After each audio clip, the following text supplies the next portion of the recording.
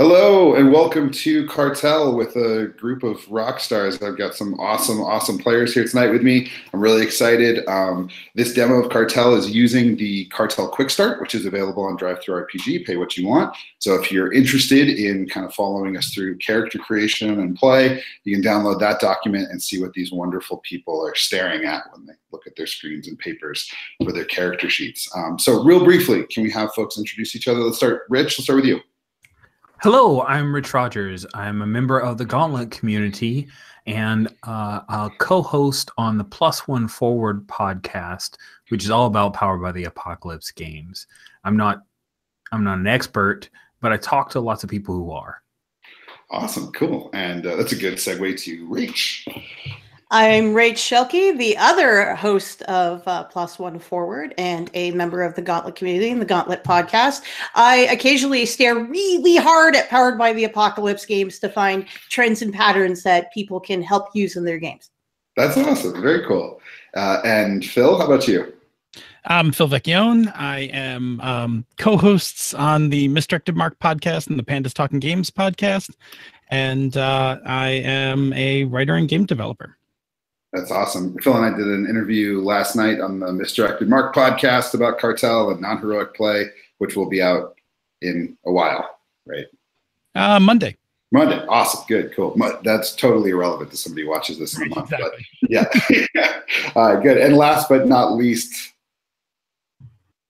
I'm Kate Bullock. I write Blue Stockings Organic Gaming, and I'm one of the co-hosts of the Gauntlet podcast. Awesome. Thank you. And again, I'm Mark Diaz-Truman. I'm the creator of Cartel and the author of a couple of other indie games, including Urban Shadows, Our Last Best Hope. And I'm a member of the Magpie Games Nest. I don't know what we call ourselves, Magpie HQ. I'm not sure. I'm really excited about Cartel. We're in the middle of the Cartel Kickstarter. I've had a bunch of really great feedback and comments, and what we're excited to play today is just a regular old session of everybody's favorite Mexican narco fiction drama. I think of Cartel often as a kind of Netflix original series, right? That is airing with our soon to be introduced favorite characters.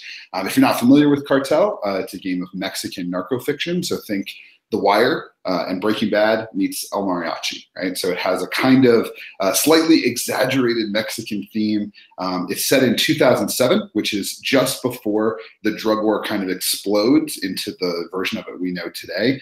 That was the year that President Calderon decided to employ the Mexican military in the drug war. He was going to wipe out the cartels quickly. It would be over fast. And as we have since discovered, nothing is that simple south of the border. And so our characters are folks who are mixed up in the Sinaloa drug cartel, which is one of the oldest drug trafficking organizations in the world. And the narca, in this particular case, who we'll be introduced to in a moment, played by Kate Bullock, has control of the plaza of Durango. Durango is a city, it's about 10 hours south of the US border. And it's a central city for moving drugs into the United States. It's not actually a Mexico City huge metropolis. It's a city about the size of my hometown, Albuquerque. It's kind of small. And because of that, everybody kind of knows each other. And the cartel is not a huge group of people. Instead, it's a set of characters who are going to kind of run into each other, have messy relationships, secrets, and drama, all the while kind of experiencing what the drug war has to offer. Probably not all good. So let's go ahead and introduce some of our characters. So let's start with La Narca. Kate, you want to introduce us to who runs this plaza?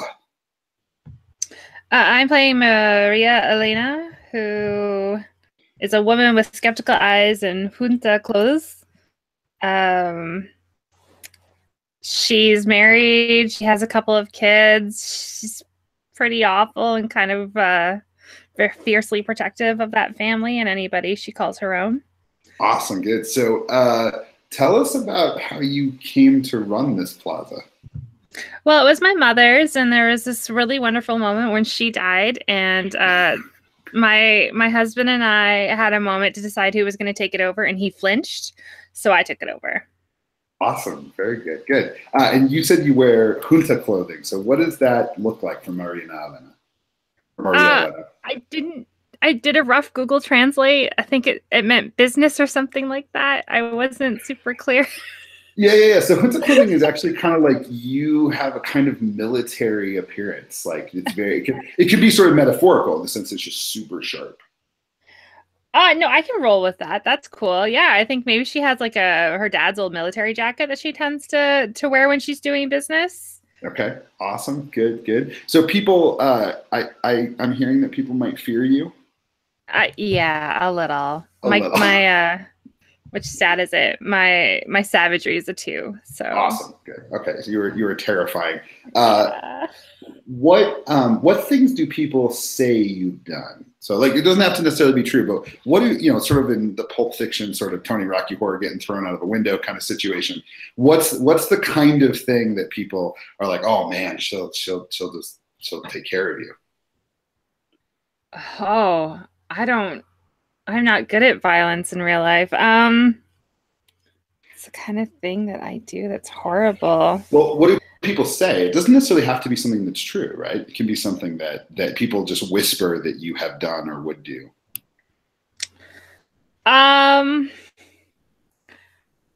So you know when you can hang people where their arms are bound behind them and slowly their shoulders separate out? Sure. That until you kind of die from dehydration. There you go. Okay, so this is the way Maria Elena deals with her enemies. Is she hangs them out until they die of exposure, right? This is this is tough. All right, cool. But her husband must be a lovely fellow to counterbalance you. Phil, why don't you tell us about Lenarka's husband? I'm Martin, and I was a former school teacher, but I stopped teaching because it became too dangerous for me to be in the school. So once Maria had kind of taken power, it became way too dangerous for me to be around school children and stuff. And because of that, we pulled our daughters from school, and I teach them at home. And when I'm not doing that, I am trying to write a novel. That has been very slow going and kind of frustrating. Awesome, great. And what's your character's name again? Martin, right? Or Martine, right? Martine. Yeah, that's awesome. Okay, and so did you married into this family like knowing full well that they were narcos? Yes, because we met in university, but the lie I told myself was that I would be able to keep Maria Elena out of the family business. And why didn't that work out? Well, I mean, at the moment when her mother died, somebody had to take power, and she was the oldest, and I didn't want her to do it, and I didn't say anything at the right moment, and so she did. Awesome, good. Kate, Maria Elena has some siblings, I assume, maybe something like a younger brother? Yeah, she has 2 younger brothers who were pretty young when her mom died. So, one day. Yes, I like that. Excellent, good. You have a couple of responsibilities as La Esposa. So, can you tell us about what responsibilities you've chosen? So I have the 2 kids, and I'm homeschooling them. Okay. And I picked home business because that's my writing. Oh, that's good. Yeah. Right. So I'm trying to write a nonprofit board. So while I can't be involved directly with the school, I'm still trying to help out. And then dinner parties and gossip and rumors. That's great. Are you just a natural party host, or is this something that you're sort of required to do?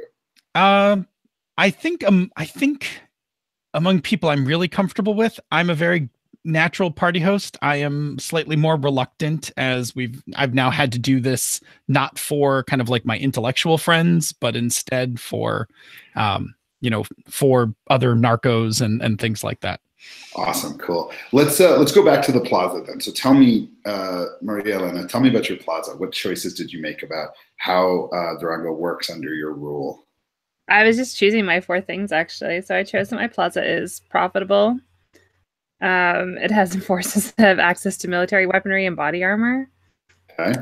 as I think per her father's choices. Your enforcers recruit heavily from the local population, and you have helsones at major choke points and smuggling roads. Cool. You have this plaza locked down. I do. Yeah. Awesome. The halcon is the singular, halcones is the plural. Those are, it means like hawk, it means like little bird. And what they are people that like hang out at the airport, hang out at the major freeways, who notice people who come in and out of town, who do little errands for your underlings, right? And so you have eyes and ears everywhere. And a military-trained, heavily armed group of people who will show up at someone's doorstep if they cross you, right? So you are the iron fist that has clenched this plaza. And your father is the one who owned it before? I think both her mother and her father had different roles, but yeah. He was the disciplinarian. He's the enforcer. That's awesome. Good. Let's give them both names. You can just pick them off the playbook. What are your parents' names?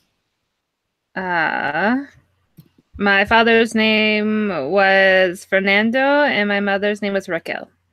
Perfect. All right, great. Family business. Beautiful. All right. What about your troubles? What troubles beset this plaza? What troubles beset this queen? I'm in the middle of a violent dispute with another cartel, probably Los Zetas, plus gang war.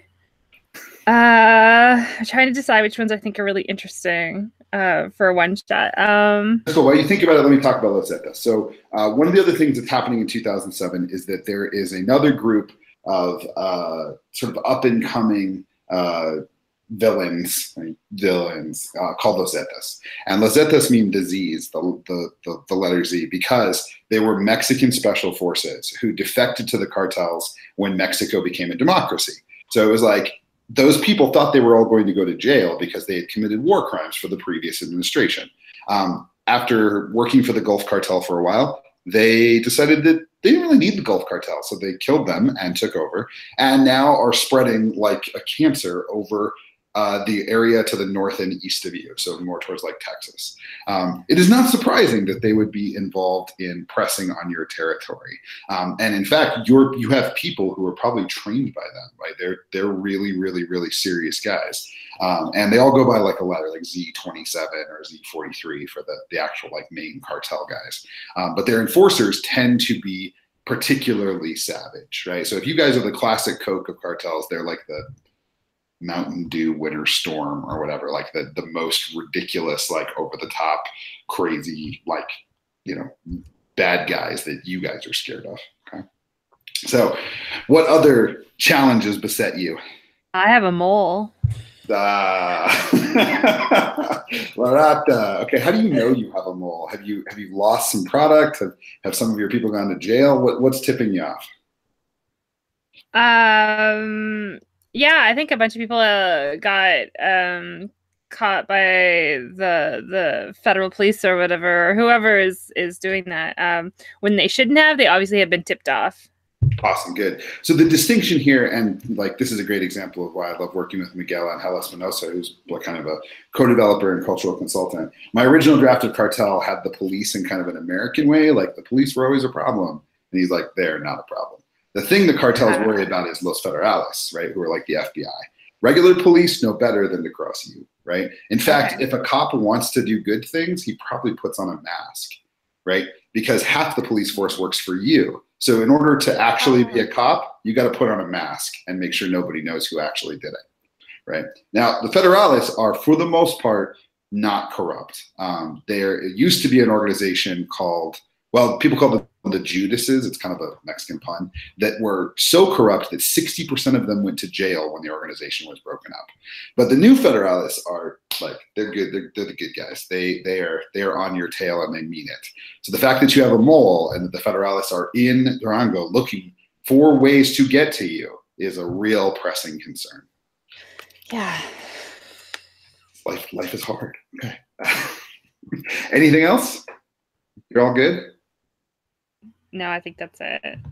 Perfect. Okay. One thing to note is that if you're a member of the cartel, you have a network of burner phones. Smartphones really aren't a thing yet in 2007, but everybody can talk to each other. There's not really You're concerned that maybe it might be tapped, but for the most part, that's not a thing that the cops are great at doing because you switch phones really regularly. So there's never a time at which you all should feel like you can't talk to each other. Always texting and phones are available. Cool. All right, so let's head over. Rach, why don't you tell us about your character? Sorry, just had to unmute. You're going to have to help me with the pronunciation of the character type I picked because I can't pronounce anything. That's okay. It's the Polizetta, right? The Polizetta. Yes, yep. I'm playing Mercedes, who is a woman with watchful eyes and business clothes. Perfect. She's recently been transferred to this community, but she grew up here a long time ago. That's great. So while this is like classic Departed crime fiction, right? So while the Los Federales has shown up to mess with La Narca has a woman on the inside, right? A policia, right? Polizetta is like a pun on that, right? Like you are a dirty cop, but not just a regular cop. Like you're a dirty federal cop, right? And you wear business clothing because you're like a detective. You're not like some on the street hoofing cop. You're a professional, right? So I mean, so the main question is, why do you work for the cartel, Rach? Well, I did select for my key. One of them is naivete. Okay. All right, good. Mercedes really wants to see this as her opportunity to really show off all of her police and detective skills and to give a pitch, as it were, to say, this is my opportunity to get my foot in the door with being involved in organized crime. If this whole police thing doesn't work out, I can always transition over.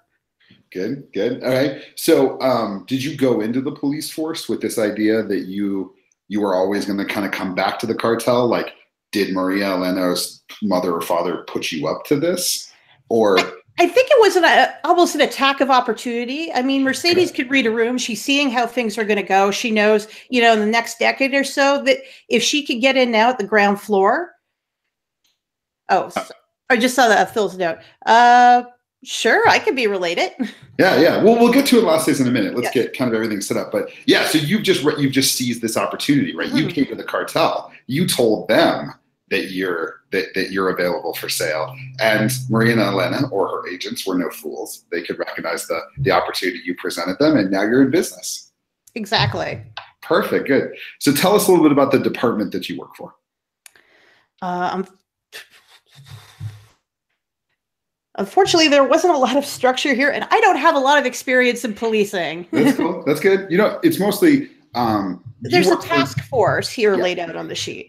Yeah, so you work for an anti-cartel task force. You're not just some random federal cop. You are the cops that are here to arrest the person who is in charge of this plaza and restore order to Mexico by, enforcing the laws, right? And there's a couple of NPCs you work with regularly. Yeah, I recently got a new partner under somewhat questionable circumstances. Let's not go into that. Ortiz. Ortiz. Yeah. Ortiz is my new partner. They also come from this community too, so we got a good lay of the land. But Zamora is very suspicious of what we're doing. Okay, great. And why is Zamora suspicious? What tipped her off to? Because I don't think Mercedes, despite feeling very competent, really knows how to cover up her paper trail as well as she feels she is. There's been documents left at the wrong place at the wrong time.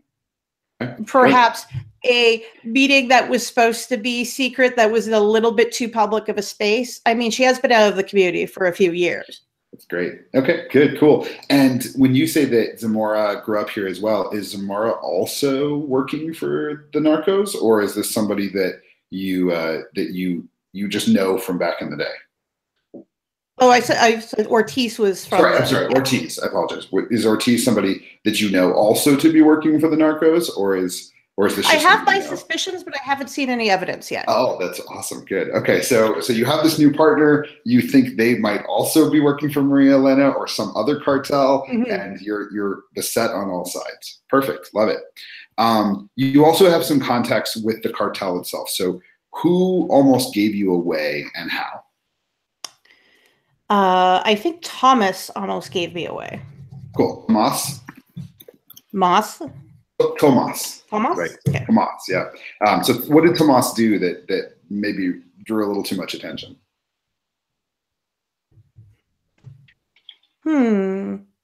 Kate, what's something that for your character would be like a step too far? Like, that's not to code. Like a personal code? Well, no, like a code within, like, because this is someone who's working with you in the cartel. I imagine if they're local. You mean you want something where like they crossed a line that the cartel they crossed the won't line. tolerate? Yeah. I think Maria Elena has a bit of a soft spot for kids because she has 2 little people herself, and you don't take people's children. Oh, perfect. All right, great. So one thing that happens a lot with cartels is they'll dabble in other businesses. So, for example, like kidnappings. So maybe they kidnapped a family, and Maria Elena was like, "That's too far." Yeah. So Rach, what happened when Tomas crossed the line? Mercedes kind of had to step in to be a paladin and had to call him out. And I don't think Tomas is. Should they be still alive or are they not? Totally up to you. There was no body. Okay, cool. So you had to take care of Tomas. And I took care of Tomas, but there was no body. You know, there was a body and now there isn't one. So where are they? I don't know. Okay, great. And you just drew a lot of attention because you had to like really get involved here. It was a intense situation. We had to go make a public scene inappropriately. Great. And which NPC has offered to scam, in this case, La Narca with you? Oh, definitely Gata. All right. And what's Gata's killer plan? Gata's killer plan is they've shown me the paperwork and they made the argument that if we manipulate the finances, the cartel's not going to realize that we're skimming profits off the top. Like, I mean, there's so much money there. There's just so much money, right? Why don't you say Gata is actually Maria Elena's accountant, right? I love that idea. Yeah. So Gata comes to you and he's like, she's like, look, there's all this money. And what role does Gata want you to play in this scheme? Gata wants me to help her set up fake accounts by using my contacts. I mean, the department gave us some really cool new high-tech toys, and that really seemed like, and then Gata was asking, like, could we use these for perhaps bank transfers or to, cover things into offshore or send things to offshore bank accounts? That's great. Okay, cool. So Gata's looking for you to kind of do the work of making the money disappear through your federal contacts. That's awesome. Great. Cool. So so tell me about these new toys that you've gotten from the federal government. We've definitely got lots of high-tech toys, tracking devices and bugs, which are like so tiny that Mercedes is just enchanted would be an awkward word to say, but it's not that far off from the truth. Okay. Good, she really likes showing them off because they're so small and they're so cool. And there's also, we have a court-appointed wiretap. Okay, cool. So what is wiretapped? Is it La Narca's house phone that's wiretapped? Like, is it that? Are you that close, or is it instead a series of buildings that the cartel owns? What is it that you're sort of tapped into? Phil, I think it might be Phil. Can I have your character's name again?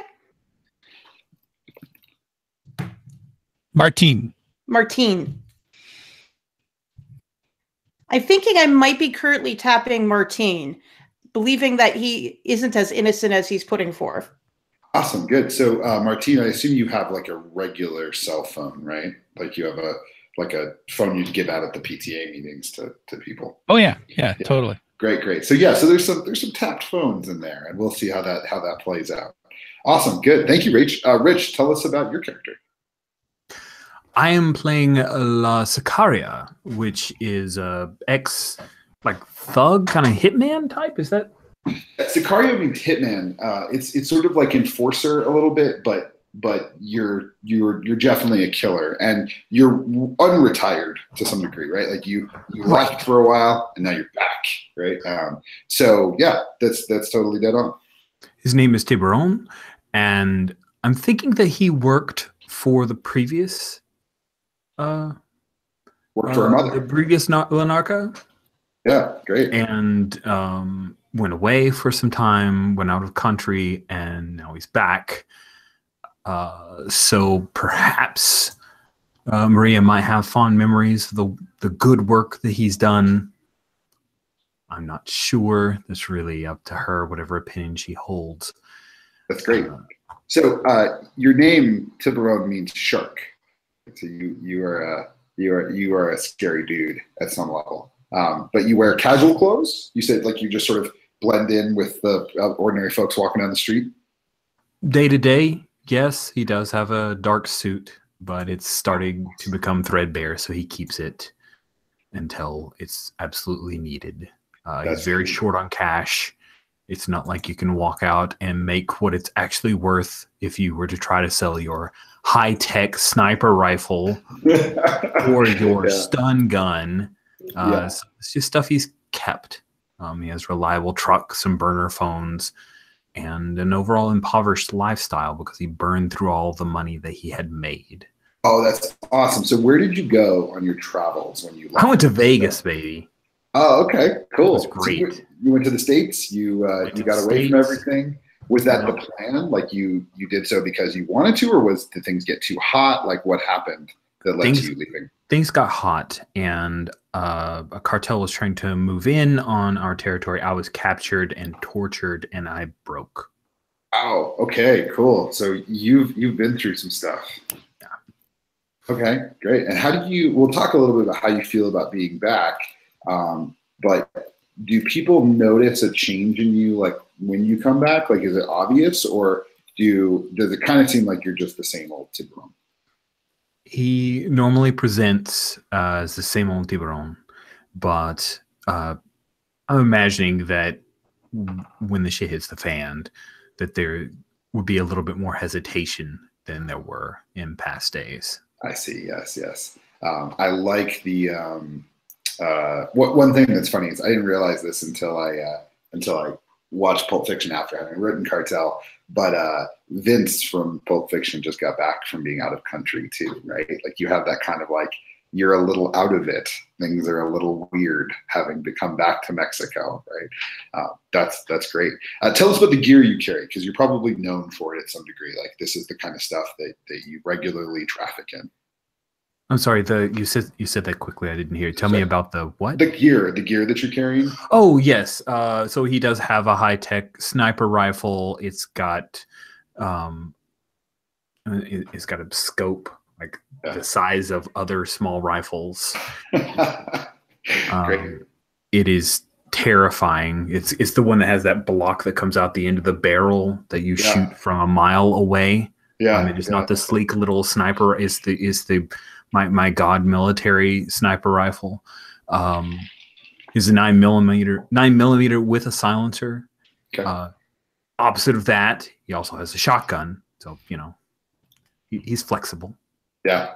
And he recently picked up a stun gun because sometimes you don't have to kill people right away. That's great. Now, most Sicarios do not live to the ripe old age of, what are you, like 27? 50. Oh, you're in the 50. Oh my God, you're 50 years old. You're like a legend, right? Yes. How did you live so long?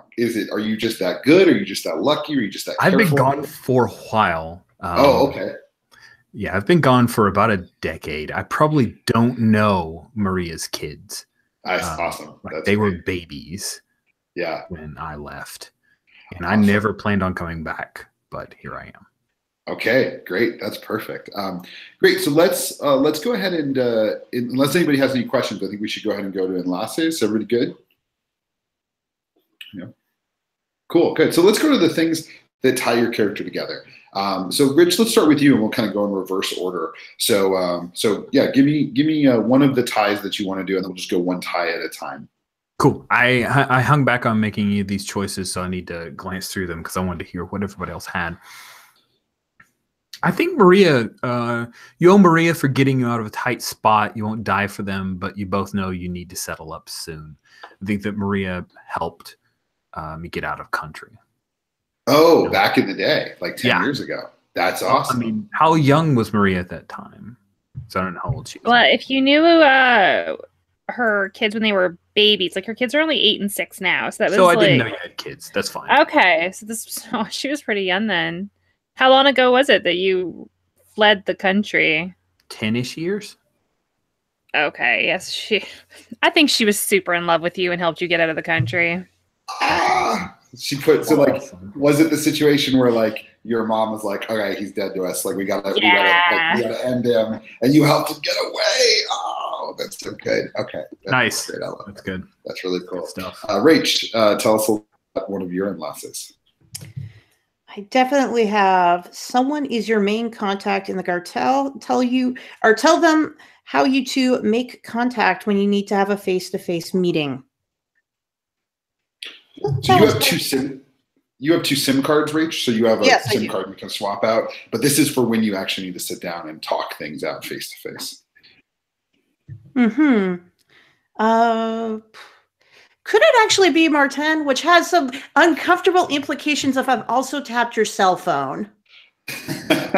Well, he's got another cell phone that's his burner phone, right? Like he's got one that or I mean, I guess that's up to him if he's in enough on the cartel business. He seems you seem to me, Phil, to have a little bit of a Sopranos wife kind of situation. Like you know what's going on. Oh, I know what's going on. I don't like it. So I have a burner that I use to call Maria Elena. Like I like she gave it to me. It wasn't like I wanted it, but she was like, take this. This is the only way you call me. And then she swaps it from time to time and just hands me another one. That's great. Okay, good. Yeah. So Mercedes, I think it makes total sense if Martin is your contact because he's pretty safe, right? Like there's no way that he knows too much. So there's some distance that the cartel can have from you. Do you really go to PTA meetings? Like really? Yeah, I do. That's definitely like tell them how you make contact. It's at the PTA meetings. That's great. Okay, cool. So you just show up places to make contact with him and keep it as random as possible. Meetings in the school. Yeah, good. That's great. I love it. Good. Martine, tell us about one of your in-losses. So Tiburon and my spouse spend time together, but you'd prefer if they weren't involved in your life. So, I know the stories about him from before he disappeared, and there's no way his appearance in our house is any good whatsoever. So, I don't like him. That's great. Okay, yeah, this guy is trouble, right? With a capital Trub. I mean, there's all these stories about him. He did this and he killed this person, and I've heard all of them like sitting around the dinner table, uncomfortably sitting around the dinner table. So, yeah, that's perfect. All right, wonderful. Maria Elena.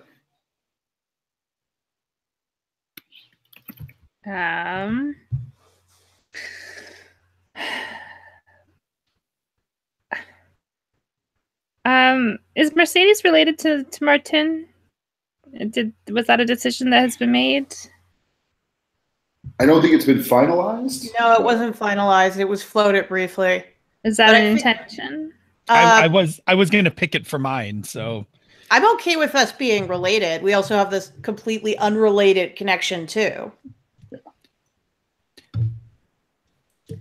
But I wouldn't worry too much about it. I think one of the challenges is kind of doing the in-losses so they build on each other and not making too many decisions. So it might actually work better for them not to be related because he's already under supervision and things. So do your in-loss and we'll figure out how to make it all work. Okay.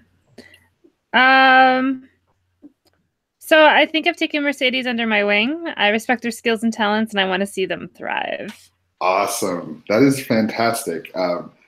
How did you two meet? Like we talked about Mercedes, like, coming to you to make this deal. What was the moment at which she did that? Did she come directly to you? Did she come to one of your agents and the agent brought her to you? Like, what did it look like when she made this offer? How old is Mercedes? I'm imagining like late 20s. Okay. I think it was because I feel like Mercedes is quite clever and quite charming, and I feel like it was one of those dumb moments that like out shopping. Like it was a completely benign moment where no one should have been able to get close to me or know really who I was, and it was just like a complete. She owned the stage and knew what was going on. It was like all right, Game on. I love it. Yeah, you're out trying on clothes, and doing the whole shopping thing at the high end Yeah. mall. It was super slick. I'm like, oh, is this your size? Yeah, Yeah. that's fantastic. That's great. Okay, so you're impressed with her. You Yeah. find her to be a worthy addition to your arsenal Absolutely. of tools. That's great. All right, wonderful. Rich, let's do your second and last thing. So I don't agree with Maria's assessment of Mercedes because Mercedes fucked up something crucial, and I had to clean up the mess before things got messy with Los Federales, or a rival drug cartel. That's awesome. Good. So, Mercedes, what did you drop the ball on? That's an excellent question. I think it's with another cartel. I mean, don't shit where you sleep. That's great. Yeah. So you did something to anger or invite trouble from someone like Los Zetas or one of the other cartels in the area. I'm a little bit stalled out for ideas. So if I could have like a prompt or something. Yeah, sure. So a lot of times cartels, so one thing that cartels do with each other is that they still move drugs through your area. Yes. It's a plaza, meaning that it's yours to control. But part of that idea is that people can still bring stuff through if they kind of pay the tax, right? Did I interrupt a shipment that shouldn't have been interrupted? Oh, that sounds perfect, right? Like there was something that you weren't supposed to, the Federales were not supposed to be near, and you made a career bust on it, right? Millions of dollars of cocaine discovered. I got a promotion for that shit. That's great. I love it. Okay, so Rich, what did Tiburon have to do to make this right? I think he had to take out one. Was this the Zeta? Like, which rival cartel did we? Let's say it's a cartel from the south, so it's just an unnamed. Let's not worry too much about who it was, but like an unnamed cartel from the south that was shipping stuff up through. Sure. So their main lieutenant Angel, I had to shoot him from real far away. Oh, okay, because he was like gonna get. Yeah, he was pissed, and he would have worked his way up the ladder to Maria, and I can't let that happen. Great, cool. Okay, yeah, that's perfect. I love it. That's great. Mercedes, yeah, tell us about your next and last thing. I think Tiburon is the target of an active investigation. I'm not the lead investigator, but I am regularly briefed on it. Perfect. Is that because he's back in country and like the Federales know who he is? Oh, definitely. This is a man with a long rap sheet, right? I just love the idea of them like doing the briefing and like getting the Tiburon slide, and it's like, oh no. But I think I'm a little bit too naive and new to where I am right now. So I mean, this is like a high up thing. Like this is, again, someone could retire closing this case. Yeah, right, totally. Like he's wanted for a very large number of things, right? And you're a junior officer within this like anti-cartel task force, right? So, perfect. Exactly. Good. Love it. Martine. So since we're not related, so then I selected Mercedes and I were once a thing back in the day. Oh, but it never went anywhere. That's beautiful. And people don't know about it. People don't know about it. It's just, we just knew each other for a little while. Great. Are you roughly the same age? Are you a little older? I think I'm probably a little older because I think I'm in my probably mid-30s. Good. So Mercedes, what was that like? Was it like childhood crush or actual relationship? Like what did it mean for it to be a thing? I think it was a really ill-advised, brief relationship where he didn't realize how young I was, and I didn't clue in how old he was. That's great. Okay, if you're okay with that, Phil. Like, I imagine 16 to 20, something that'd be really sketch. Yeah, that's great. All right, perfect, good. And so, you ended it quickly, right? When you realized it was puppy love and delightful while it lasted. Yeah, great. And now he's your contact with the cartel, but are there unresolved feelings on your part, Mercedes? Do you still feel a certain way about him, or is it kind of ancient history? I think it's lingering, but I mean, there's kids involved, and that makes it hard. That's the part that gets Mercedes to step back each time. But the children. All right, that's great, wonderful. Maria Elena, tell us about your next and last thing. I'm pretty sure that Martina is up to something, maybe with another cartel or Los Federales. Oh, that's tricksy husbands. Do you know how many narcos have been brought down by their boyfriends and husbands? The list is long. Right. So, your parents trusted each other because they were both equally involved, right? Yeah. But it sounds like Martine's trying to like keep his distance. Kind of. So what makes you suspicious? The novel. He's writing our story in this book. He wants to get published. He should stick to poetry. But here we are. Here we are. Beautiful. I love He's it. going to sell you up for a publishing contract. Little That's fucker. great. Perfect. All right, Rich. So this last one's a little tough because all the fiction we've bounced around here, and we have a pretty tight group because it's so-and-so got you back in the business after you'd retired. Tell them how you feel about your return to the game and don't be shy. Maria seems the most logical, but I jumped the gun and wanted to owe her for getting me out of a tight It's spot. perfect. I mean, so one is, I think the character you don't have a relationship with is Martine, right? Right, but that one, because, yeah, that's the thing, is it, I don't see how that could fit. Like, help me. It can totally fit, but if it doesn't, we can find an NPC. So What Martine- if go ahead. he like called you in because he was worried about his family? He has daughters on the line. Yeah. What do you think, Phil? I would. It's totally something I would do, right? I would totally. I mean, I know all the stories, right? Like he was, the baddest one of them all. Yeah. I love the idea that you called him in and now you kind of regret it, right? Like he's back. You didn't know the stories of like. Yeah. Well, I think I called him in for a thing, and he just stuck around. but then he just he didn't leave.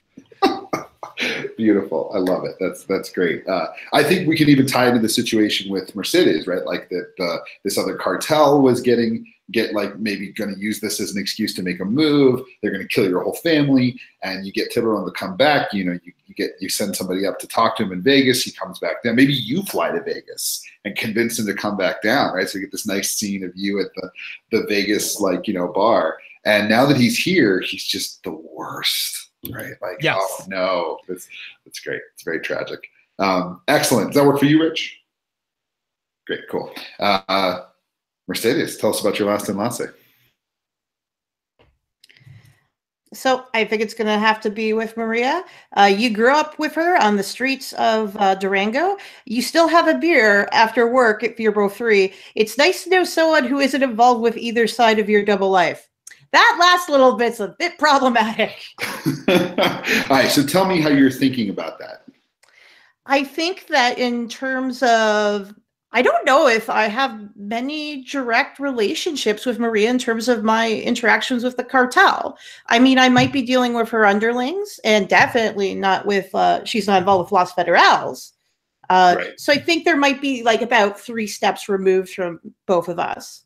Okay, cool. Yeah. It could also be that that Maria Elena has set up a situation in which you don't know the full extent to which she is La Narca, right? It's true. We did meet while clue shopping. That's right. Yeah. Maybe she's seized upon an opportunity with you as much as you've seized upon an opportunity with her. There might be some interesting things there. Let's leave that for now and we'll come back to it. Cool. Cool. All right, great. Phil, how about your last enlace? Oh wow. I think we're gonna need an NPC because my last one is family. Great, that sounds good. So I think that I think Pablo is my cousin, and Okay. I think Pablo is probably somewhere in the middle of the organization. Okay, great. He like hit hard times, and he needed, he lost his job. He hit hard times, and he came to me and kind of like begged me to put a word in for him. Oh, okay, that's cool. So now what does he do? Does he do kind of like mid-level lieutenant kind of stuff? Yeah, I think he's in charge. Like he works in like distribution. So like his job is to make sure product's moving. And Yeah, I hate it. Like, I did it for him because we're family, and I couldn't turn him down. But like, I loathe that. Like, he's out there every day. Like, he could get killed or arrested at any time. And are those your fears that something bad's going to happen to him, and you're so absolutely, and I'm totally responsible for it. Like, I could have just turned him away, but I couldn't because we're family, and now he's knee deep in this thing. And if Pablo was to get into trouble, is it because he's like not very bright or like overly ambitious, or what is his sort of tragic flaw that you worry will he's over ambitious. Like, he really wants to, he's hoping that he can, cash a little on my name, but if he also does like a really good job, that he'll move, faster up the organization. So he's a disaster waiting to happen. Okay, great. All right. And last, Maria Elena, tell us about your last and last thing.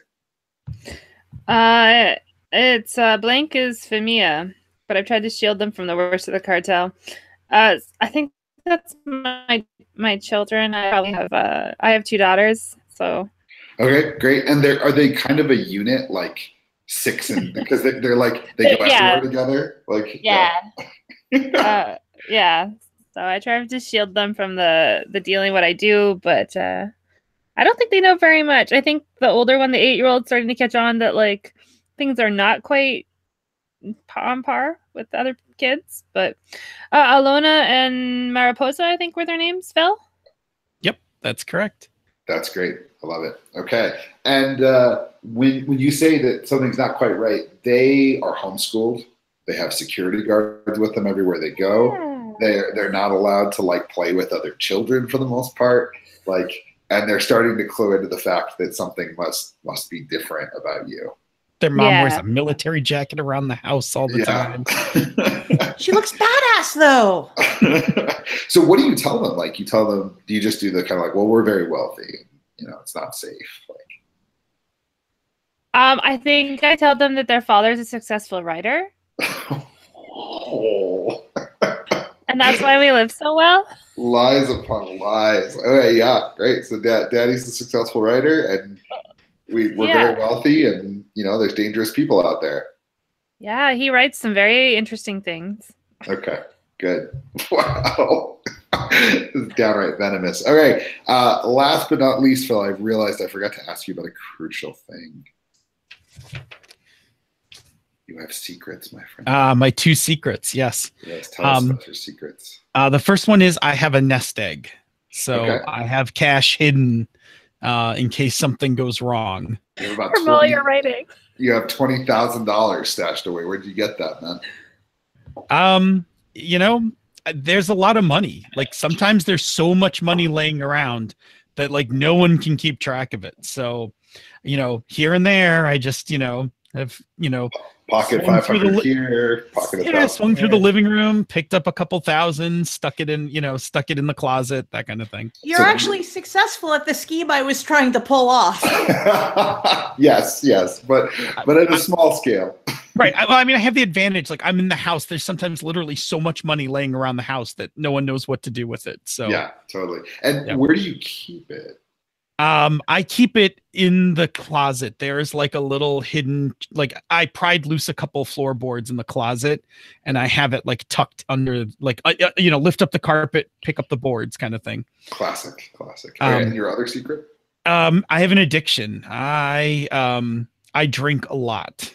Okay, cool. And you found a way to sort of keep this relatively secret, right? Like Dad's writing. Yeah.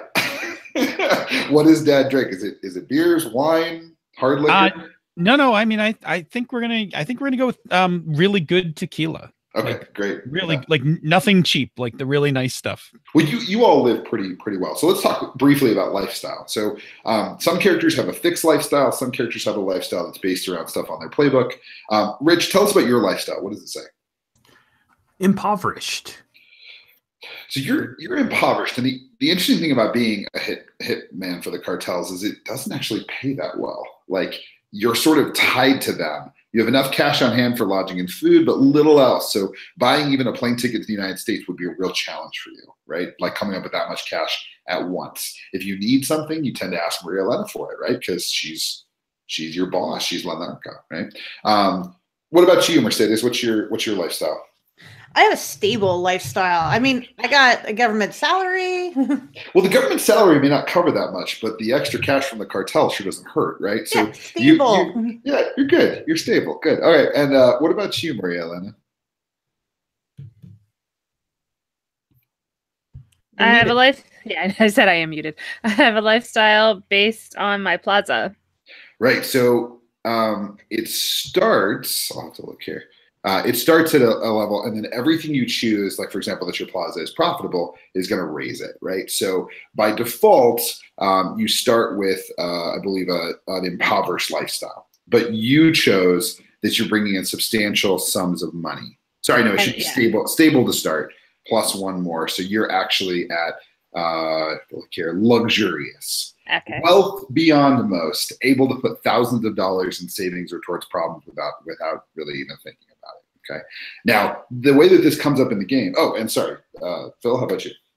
Oh, well, I have Maria Elena's lifestyle. Yes, so. You do. So you, whatever she makes, man, right? Whatever. What's fun about this is like if the esposa is married to like the Halcón, you're both impoverished. Like, sorry, tough. Yep. Right. But Phil has your lifestyle, so he lives quite well with the finest tequila one can buy, multiple bottles of it, in fact. So when this comes up is only when you strain your finances. So for example, Rich, if you decided that you needed a truck for something, you're like, I need a truck right now. Like, you're impoverished. That's virtually impossible for you. But Rach could probably come up with a truck. Like, she can go down and sign some paperwork, get a loan. She can strain her finances to get there, right? For you, straining your finances might be taking somebody out for a very nice dinner. Okay. So it's relative to each playbook what straining your finances mean. And you can get a +1 by coming into some money, which for you, Rich, may be just lifting an envelope of money that's supposed to go to Maria Elena. For Maria Elena, she's going to end up with a briefcase of cash, right? Like a significant sum of money for her is at a different scale. Okay, cool. I think we're all set up for the most part. Any questions? No? Cool. Okay, so let's do our start of session moves and then take a quick break for me to kind of pull everything together in my head and get ready. I believe we've got a couple of characters who have a move that's going to get things rolling. So Lenarco, let's start with you. Read your start of session move, which is part of your plaza. At the beginning of session, roll with control. On a hit, your plaza runs smoothly. MC will tell you what troubles lurk on the horizon. On a 10 up, you get an opportunity to engage one of your troubles, your choice, on your terms. On a miss, one or more of your troubles catches you in a vulnerable spot, Hefe, before you can adjust. So you have a base trouble, which is rivals. Basically, you have other people, I don't know, brothers maybe, who will plot and scheme to do what they do. But in addition to that, you also have Los Federales and Los Zetas like on your case already. So let's go ahead and make our roll and see what kind of troubles will come to bear on Maria Elena's reign.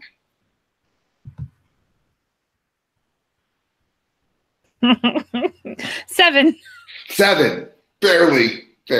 Your plaza runs smoothly. The MC will tell you what troubles lurk on the horizon. First, one of your brothers is straight up missing.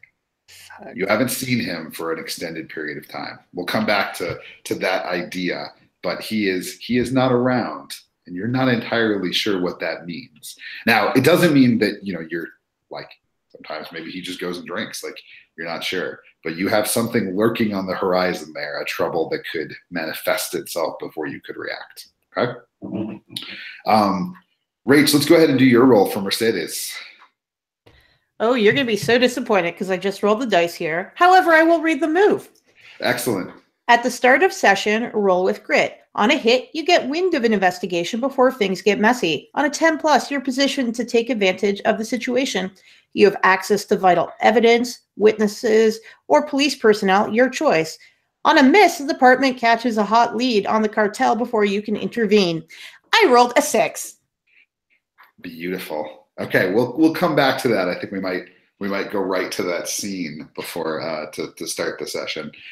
Phil, you also have a start of session move, which affects stress. Everybody else needs to mark 2 stress. Stress is kind of our measure of how your character is dealing with, living an illegal life in the cartel. The only character that can start with less stress, fewer stress marked, is the spouse. If the spouse is managing all of the things that are going on in their life, they can actually start with 0 stress marked, or it can get bad. So Phil, why don't you read your start of session move for us? Right. So whenever there's a stretch of downtime in play or between sessions, roll with hustle. On a 10 plus, you juggle your responsibilities with grace, clear your stress track.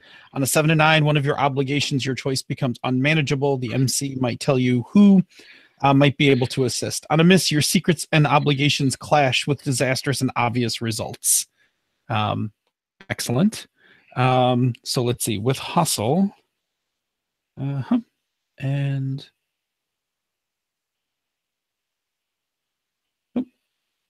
did I not do that right? Why don't we? People can choose different colors, right, for their dice. Yes, there's a drop down to the right there. Yeah. Okay, good. I'll do that again. That, and that. Oh, okay. Totally bad. That is a 5.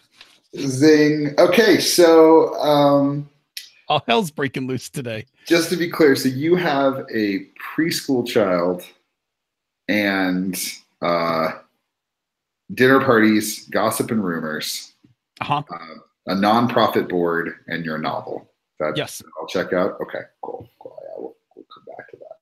So, okay, let's take a roughly 5-minute break. Let me get my head together, and then we'll come back to this already in progress. Like, Lanarka, your plaza is doing great. It's just all these people who live in it that are a problem. Why do I have family?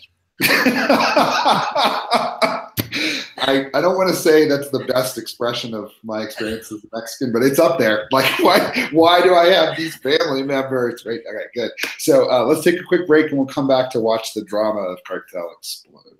Bye.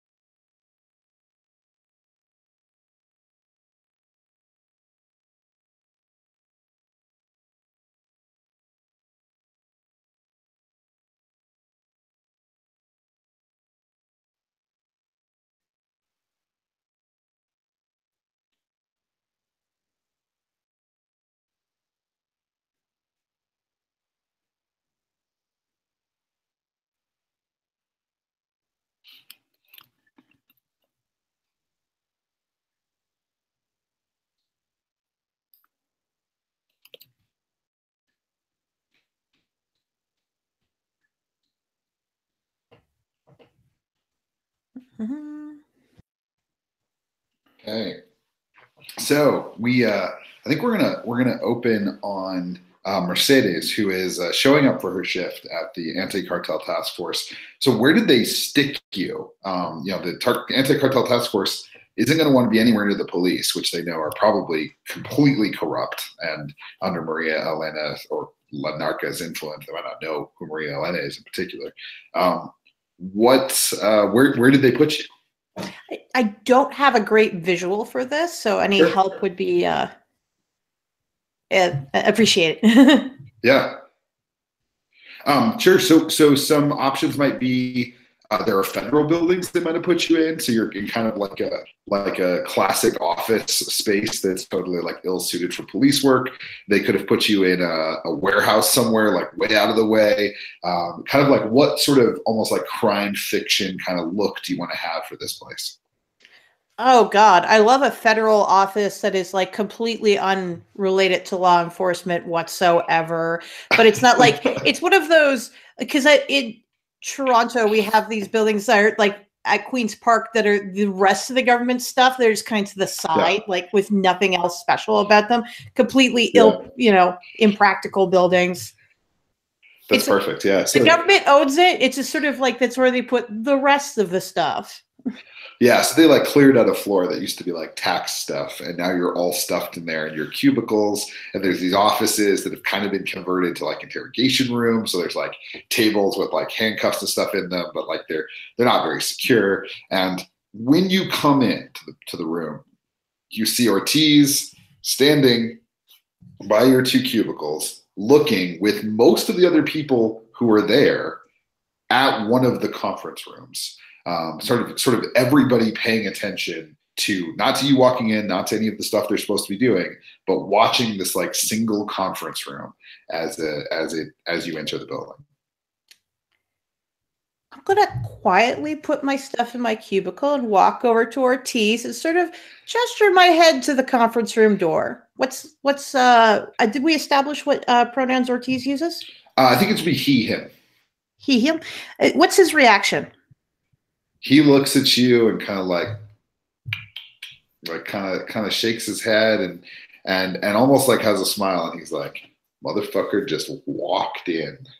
And you look through the window and you see that one of Maria Elena's younger brothers is sitting in the conference room by himself, and Ortiz is like, "Oh, you know that guy?" I've definitely seen him around.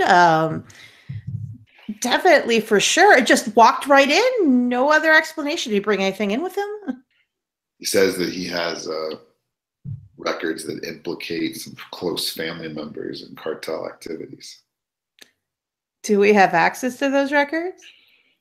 He says he's not about to turn them over without a deal. So, and you look and you see your commander, the person kind of like in charge of this unit. He goes by Beto. That's what he's kind of informal about things. But his last name is Reyes, right? And so like Lieutenant Reyes or whatever. But he kind of like walks in and he's like claps his hands. He's like, "Everybody get the fuck back to work," right? And like people are like kind of make this sort of face of like, "Oh, I was just looking," right? And as Ortiz kind of like ducks his head to look, you can see that Beto is headed straight for the two of you. Oh, I'm definitely going to stand my ground and hold my position despite Reyes's, go back to work, Yeah, he's not talking to you, right? Like if he's looking right at you, he must want something. Yeah, I'm gonna walk towards the brother.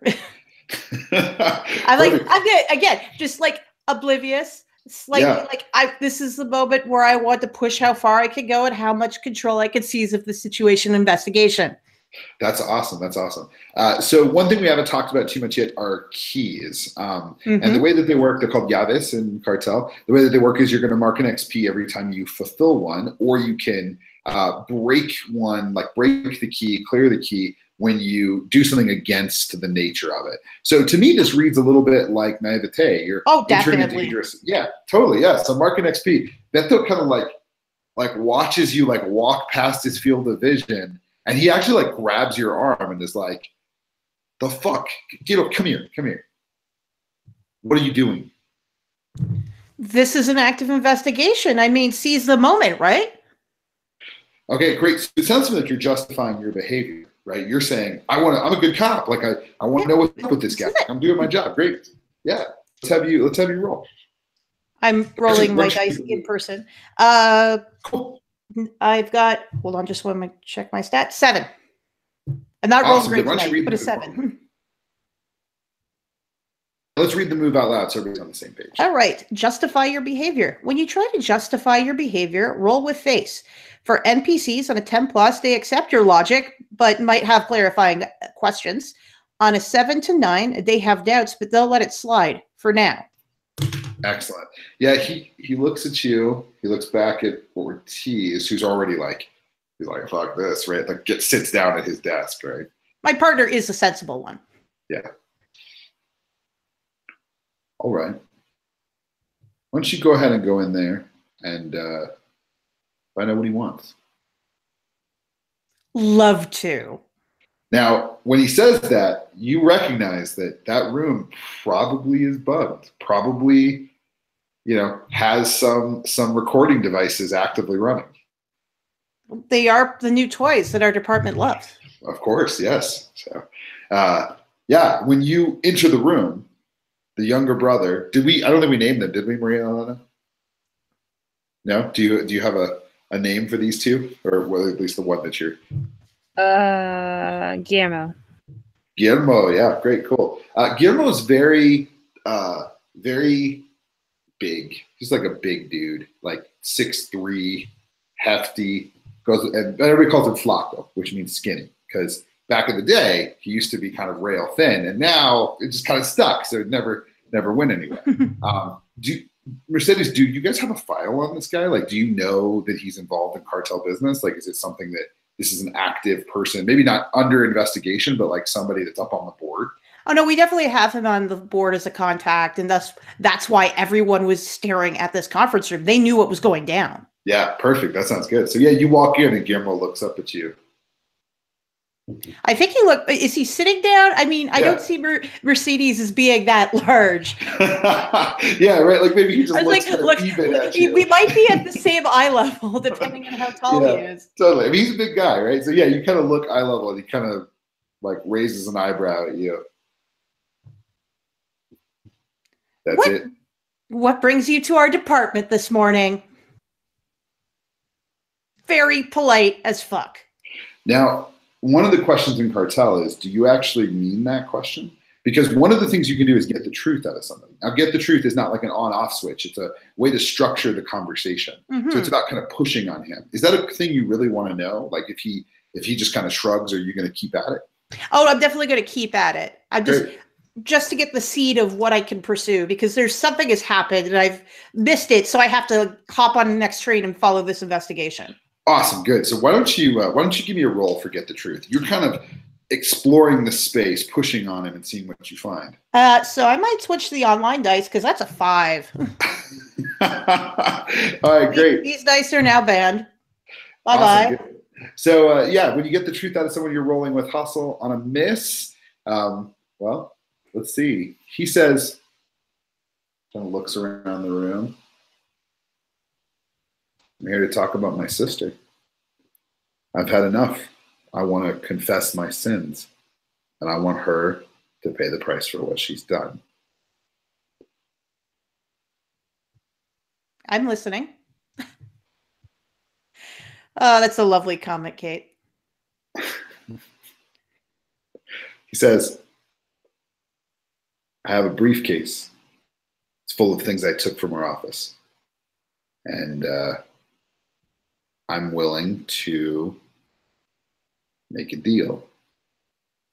Mercedes, I imagine she's on her chair. She leans back. Is this briefcase with you right now, or did you pass it to someone in the office?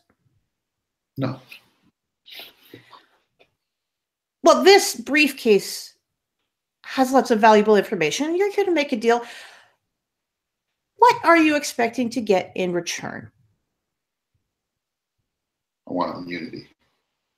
I want the whatever magic you do to make people disappear.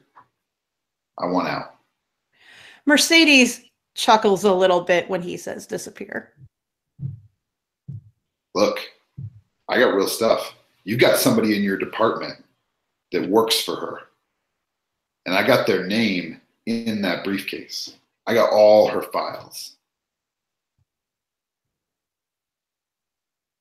I'm going to have to see some physical proof before I can even begin consider preparing your paperwork. You go tell your boss. I'll wait here. Crosses his arms. And settles in his chair. All right, let's cut over to our dinner party. While things are going down at the courthouse, Tiburon, do you hang out with Maria Elena, right? Like you're not just her hitman, you're her friend, right? Like you're around according to the husband. Oh, I am around. In fact, I don't mind it when Alona calls me Tio. Yeah. Oh, excellent. Great. Yeah, great, wonderful. Yeah. So you're all having dinner at this dinner party, right? There's a variety of people here, some that are socialites, some that are sort of involved with the cartel. And one of them, of course, is your other brother, not Guillermo, who that snake, right? But instead, the other brother, what's his name? Okay, sorry. Santiago. Santiago, perfect, good. So, Phil, you've been drinking. Yeah. Mm-hmm. Yeah. Been drinking. And Santiago is, while Guillermo is the big tough guy, and he's done some things for you, Maria Elena.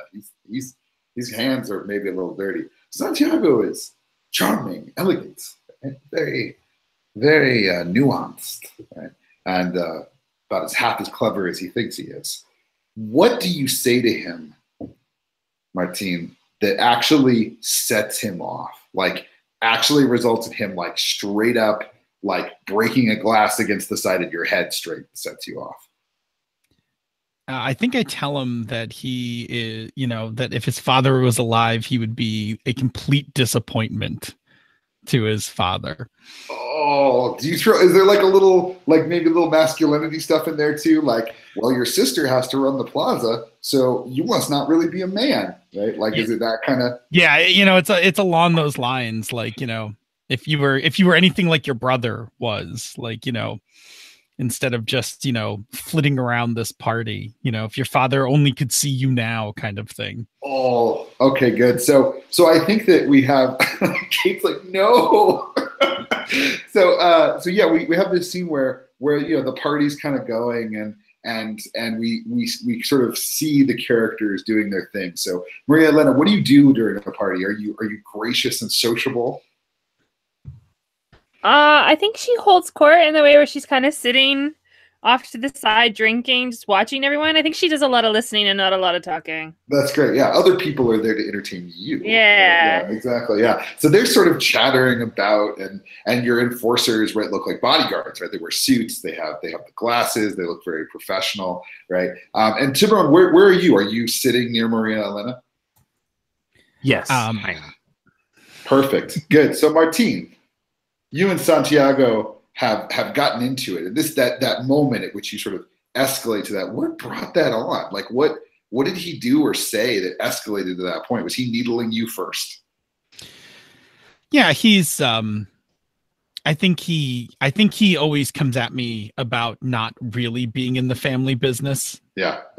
Right, because I'm always kind of I'm with Maria Elena, but I don't do any of the family business. Perfect. So he's needling you, he's pushing on you, and then all of a sudden you drop this bomb, right? Yeah, like, I think it's something along the idea like I'm a kept man. Yeah, that's great. Right? Yeah, yeah, that's good. And maybe he even pokes a little at Tiburon being back, like, oh look, he's back, and that's what and so the moment is he grabs his drink up and he just smashes against the side of your head. Right.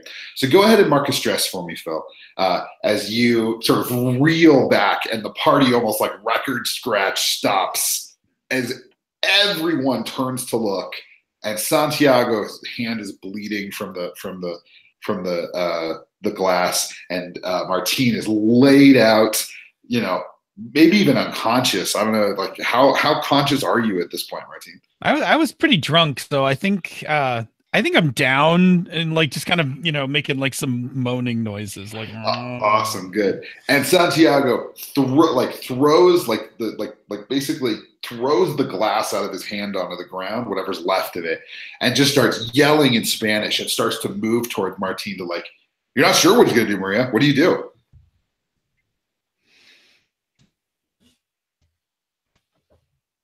You're muted.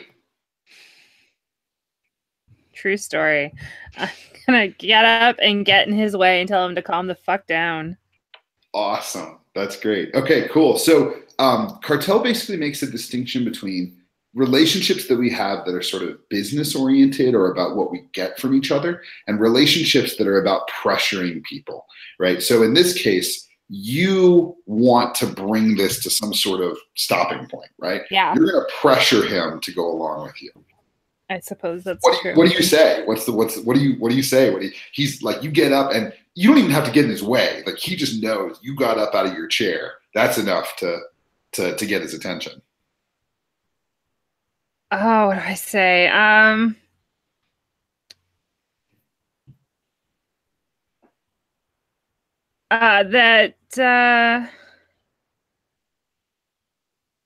If he was able to fight with words, then this wouldn't be so disgraceful.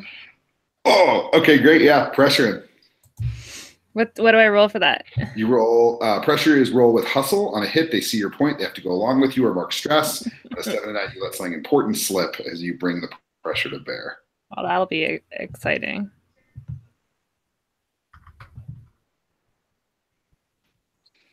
Uh, 7. You snuck it over the edge. Okay, great, cool. So you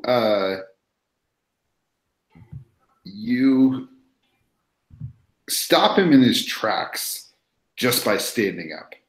For a moment, he remembers that he's in your house and that all of your bodyguards are a foot away, and for whatever reason, you've kept this man. And he stops. And he looks back at you. He says, sorry. It is between men, a thing between men. Well, when I see some men, I'll let you know. Oh! All right, so let's talk about stress moves. So one of the stress moves. So you get stressed. Like Phil got stressed when he got knocked over the head with the glass by Santiago. The way you clear stress is by doing things that maybe aren't so pro-social. One of them is to verbally shame or abuse someone. And considering that you are in front of an entire party of people, all of whom know Santiago, I think you've definitely crossed over into verbally shaming or abuse. Now, this is the key. Someone you care about. Do you care about Santiago? Yeah, of course I do. He's my brother. There you go. Okay, great. So why don't we go ahead and read verbally shame or abuse someone out loud for our audience. Where do I find that move? It's going to be on page 10.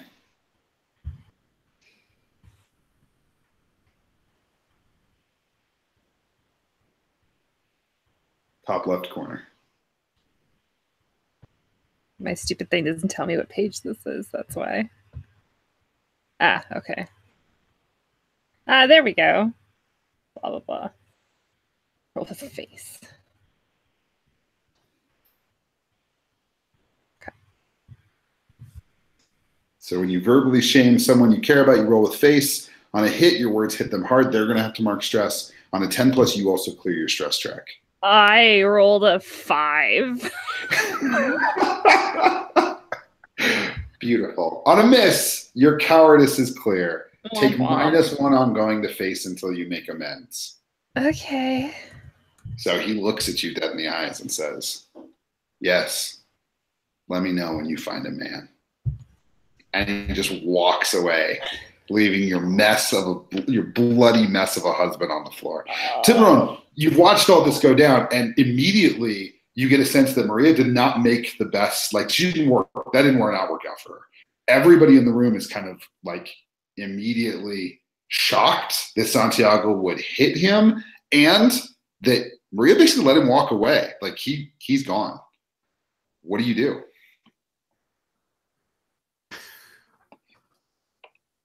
I finished my wine. I'll walk out after him. Yeah, great. Yeah, Santiago. Like I like the idea that you own this is a recent plaza. Like you just got control of it, right? But you have what's commonly referred to as the kind of narco-texture house, right? Which is like it's beautiful, like it's bigger than it needs to be. It's a fucking palace, right? And Santiago doesn't just walk out; he walks out the French doors to the outside, the fresh air, where your goons patrol the grounds with their like semi-automatic weapons, right? And he lights up a cigarette, right? Defiant, right? And as you come out, he sees you and lights the cigarette. What do you want? Not a fan of Martin either. Oh, yes, thank you. My sister could do much better than him. And frankly, we'd all be better off, huh? He's nothing more than a little fly. We wouldn't be better off. Maria is fine, except when her brother takes a big shit in her house. What do you want me to do? He comes to me, he says a bunch of apologize for what? For causing violence in her home. Not far from her children. He suddenly has remembered who you are.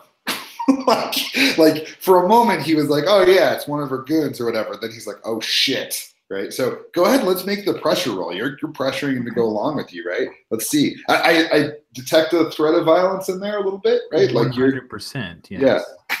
Yeah. All right, so that is with hustle. Luckily, I spent my 1+1 to make that not a -1.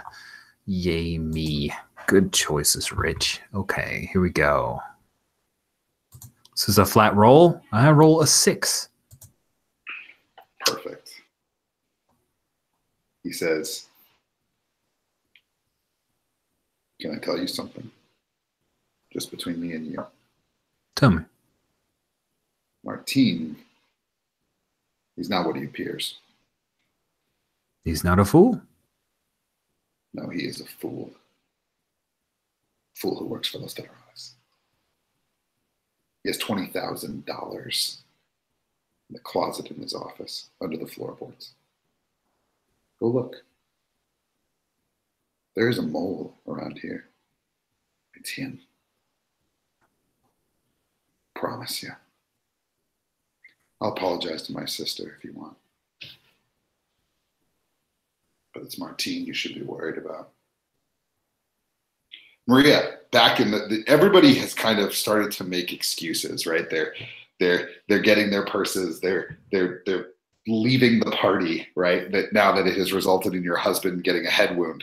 What do? Are you gonna tend to him?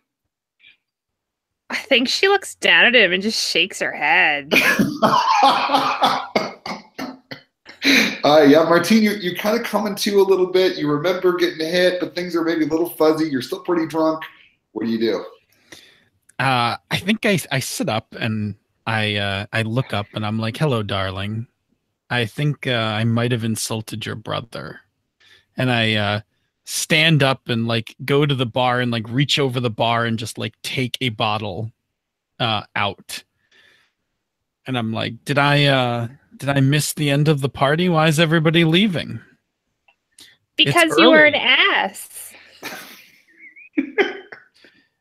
It's your brother's temper that it was unchecked. You got like maybe the bartender rag, right? Yeah. And you probably have like an open bar. Like there's like an actual bartender here, right? That you're kind of reaching over, right? And he like just scoots back.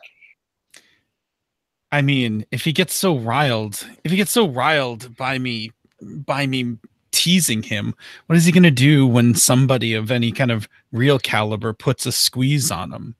He would probably kill them. What would you do? Stand there? I showed you what kind of person he is. I think he showed me what kind of person you were. I took the hit. Yes, you did, and you fell down.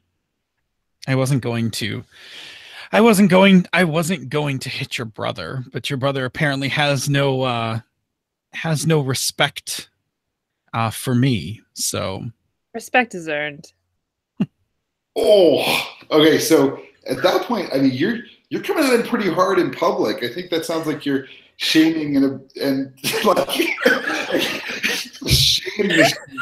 It's a shame machine all over this. So you agree? Like you feel a little shamed by your. I do. Yeah, cool. I'm such a nice person. Stop You're such a nice person in real life. All right. So the thing about this is you're now at a -1 for face. I am. You're right. Because you've already sort of overstepped your bounds.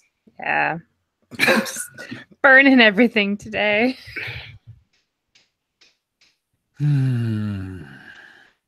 Oh, why, dice? Why? Is the dice broken again?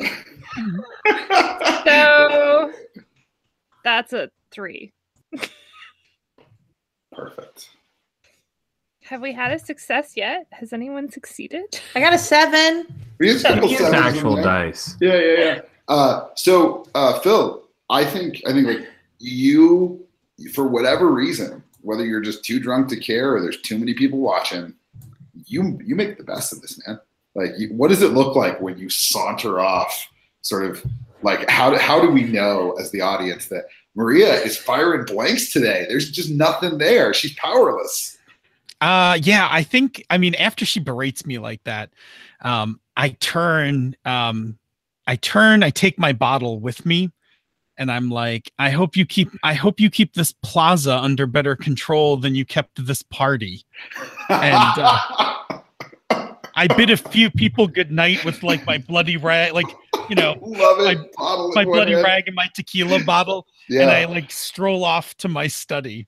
Why men why? The Maria Elena story. Yes, no, there's no question that Maria looks powerless. These men run everything. She's not in charge. They are. And as he saunters off to his office, you've got a straight up -2 ongoing with these two men. You have to make this is the best part. You have to make amends to them. You have to find some way to get them to forgive you to get rid of those -1s. You're in a tough spot. Let's cut back to Tiburon and Santiago. Santiago's about 2/3 of the way through his cigarette. He's getting kind of more comfortable with you, right? He's like, "Oh, you're not here to kill me. Let's talk." And he says, "So what will it be, Tiburon? You going to look into the real problem, or are you going to continue to harass me?" I can do both. Of course you can. You know, my father, he liked you. It was my mother. My mother was the one who wanted to give you over to the other cartel. No, she's gone now. And Maria's in charge. Maria likes you too. Quite a bit. Martin, he is the obstacle. I do not desire a stepfather, but if I had to have one, I would like it to be someone like you. Finishes his cigarette, puts it out. What do I know? I'm just the useless brother. And he, moves to go past you back into the party. What do you do? I assume you're going to apologize right now? So you get the sense that he's not, but this actually might be a great way to size him up. Like, great time to size him up, because once you size somebody up, you can get a lot more control over them, and that's definitely a like Sicaria thing, right? Is if you're high savagery and you size people up, then when you know what's going to push their buttons, it just happens. You don't roll, just bam, done. Killer. I am rolling with savagery. Perfect. +2, and I've rolled a 7, so that's a 9. On size them up. When you size someone up, roll a savagery on a hit. Ask their player questions. You act on the answers. You take a +1. On a 7 to 9, I get to ask one measly question. How can I get you to apologize immediately?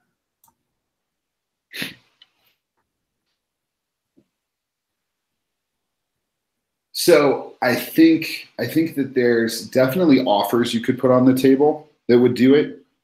Like he wants to come to a deal. So if you put an offer, if you made an offer, you'd get the +1 and he'd be in. But I think that he would also respond positively to a gun to the head. Like I think both of those options are reasonable. Basically, serious pressure, either from an offer that he thinks will get him ahead or from fear for his life. Either one of those things will get him to do it. Santiago, right? Yeah. Santiago, let's make a deal. You apologize to your sister immediately, as if it's the most important thing in your life. And I will take your information, find out what Martine is up to and why there's $20,000 hidden, and I'll remember that you helped to clean Maria's house. Yeah, make the roll. Take the +1. Okay, so I am doing the propose a deal, which is rolling with face, and I suck at face. So. But this is the difference, right? Pressure someone is like, do what I want, or it's going to hurt, or you're going to lose something. Propose a deal is when you put it out on the table. Hey, man, well, I'll do for you, you do for me, right? Cool. The difference between those. I'm a -1 face, but I got a +1 from the sizing someone up, and I rolled a 10 because bam, finally, these dice work. All right, so here's the thing. NPCs can mark stress, so he can turn this deal down, but they can't mark a lot of stress. Like 1 stress is a lot for an NPC. 2 stress is like, holy shit, I gotta go like have a drink right now. My life is miserable, where Kate is at this very moment. 5 stress is like people died, dropped dead of heart attacks, right? So he doesn't want to mark the stress. This is a lot of trouble, and you're kind of giving him what he wants. So he's like, done, my friend. And he like kind of like gunshots you slickly back into the party, like bam, yeah, no problem. Right? And you know, saunters back in. All right, let's come back to Mercedes. So Mercedes, Guillermo Flacco's just he's sitting. He doesn't matter. He's fine. He's just gonna sit there. What do you do? I am going to peace out briefly from the conference room and go to Reyes.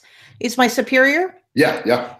And sort of go up to him and say, did you interview this young man? How much did you speak with him? He says he has information from the cartels. I mean, what did he say? Like, we just put him in the office. I don't have anybody here that's ready to do an interrogation. We're in the middle of a shift change. So it's you, Caron. What did he say? Mercedes sort of glances around, for dramatic effect. He says there's one of us is working with them. Reyes like straight up grabs your arm again and drags you into his office, like whatever that 10 feet is or 20 feet into his office, and shuts the door. Okay. Real quick for everybody else, check your keys. Make sure you didn't hit any, because I think one or two of you might have actually hit a key in the middle of that scene. But yeah, Mercedes, he closes the blind, right? What did he say? He said he has name of someone working with the cartel in this department. We need to get that suitcase. Did he give you any indication where that suitcase is? No, he just said that he wanted to talk, that he wanted immunity in exchange for information. If you're telling me that he has the information about a mole, then what do we need to do? We tell him that he has immunity. That's fine. And he picks up the phone as if to call. Oh no! Dramatically put the phone down. Yeah, you hit. You know you hang it up, right? Yeah, great, like, good. Yeah. Hang up the phone. It's like, okay, we should resolve this internally, quietly. I have my suspicions about who the mole is. Okay, that's pushing your luck, right? Like, yes. You're getting in your superior's face and telling him how it's going to be. Let's go ahead and roll push your luck. Now, when you push your luck, it's a little bit like keep your cool or act under fire. You on a 10 plus, fortune favors the bold. On a 7 to 9, things don't quite work out like you hoped. Hey, guess what? These dice work. 10. 10, perfect. Yeah, you hit it, and you realize that he is panicking. Like he's in charge of a cartel unit that someone is saying is infiltrated. Right? Mm-hmm. He's like, oh, of course, yes. We have to resolve this. Tell him that he has immunity. We'll just tell him he has it. We don't even need to worry about whether he does or he doesn't, right? We'll sort that out later. We'll just tell him he has it, and then he'll tell us who the mole is. I think we need to seize the evidence, but if I tell him he has immunity, he will release the location of the evidence. Yes. Right, and you can tell he's just kind of grasping at straws here. He's Remus, the longer we wait, the more chance someone else is going to find it. Yeah, he puts the phone down, right, and like immediately like kind of ushers you out of the office, or go. Yes. Oh yeah, immediately go back into the conference room, sit down. Has the brothers has his demeanor changed at all? Somebody has brought him a cup of coffee or something, like some like cup of water or something, and he's ignoring it. Right? Immunity in exchange for the suitcase. Yes. Where's the suitcase? Where's the paperwork? You have our word. Right now you have immunity. Paperwork takes a while to clear, but right now, immunity. So justify your behavior, right? Like you don't have any. Like, you're nothing. I've got the authority to say you have immunity. It's beautiful, right? It's perfect. So you're trying to justify it. Now, what's interesting about this is justifying your behavior happens whether it's truthful or not. It's about whether people believe you. So, we didn't read out the earlier one. Anyway, so we're going to justify my behavior with a 7. Perfect, cool. On a 7 to 9, they have doubts, but they'll let it slide for now. Right? Yeah, but if the department says you have immunity, you have immunity. Nothing will happen to you here. Where's the suitcase? Reaches into his pocket, puts down the key. Block away. The car, black, white top. In the trunk is a suitcase. Mercedes snatches the key. Thank you so much for your cooperation. I'm sure and she's walking out the door, looks over her shoulder. She's like, I'm sure the paperwork will be here shortly for your immunity. Mm-hmm. Key in pocket. Excellent, good. So you immediately hightail it out of there, like you headed straight for the car? I think it's like going to check in with Remus and say, has his demeanor changed? I'm an intermediary. Yeah, Reyes seems nervous. Oh, sorry, Reyes, yes. Yeah, he sees you coming out. You can just like dangle the key, and he's like you realize that Reyes is probably like more middle management than a cop, right? Like he got this assignment because it was pretty clear he wasn't working for the cartels. Like he's just like some accountant they moved into this position, right? So he gives you the thumbs up, like, yeah, great. And yeah, do you hightail it out of here? Do you talk to your cartel contacts? What do you do? Once I get clear of once I get a block away, so I'm out of sight of the office, I'm going to pull out I'm going to switch the SIM card on my phone and then call Maria.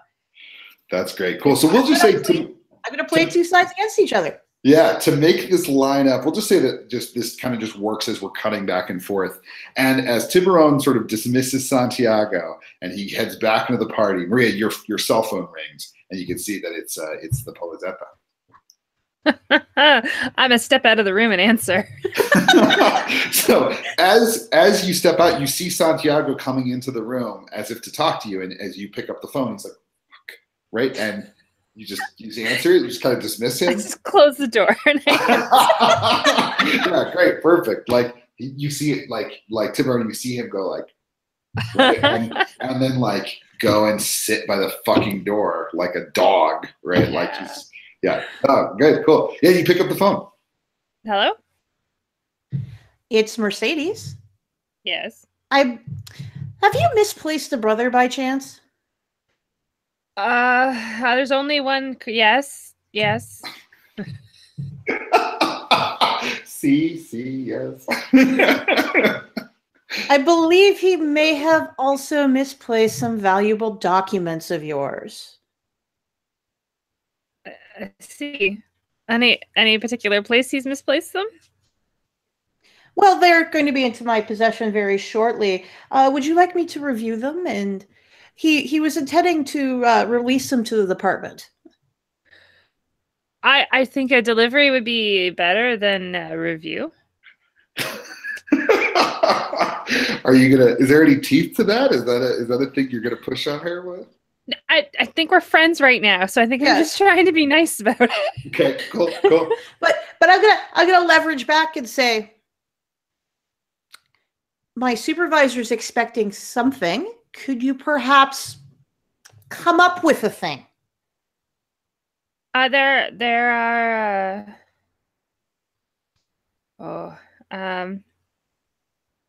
If you meet me, I can give you something.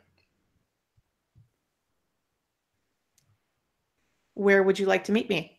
Think of a cool place. Insert name of place here.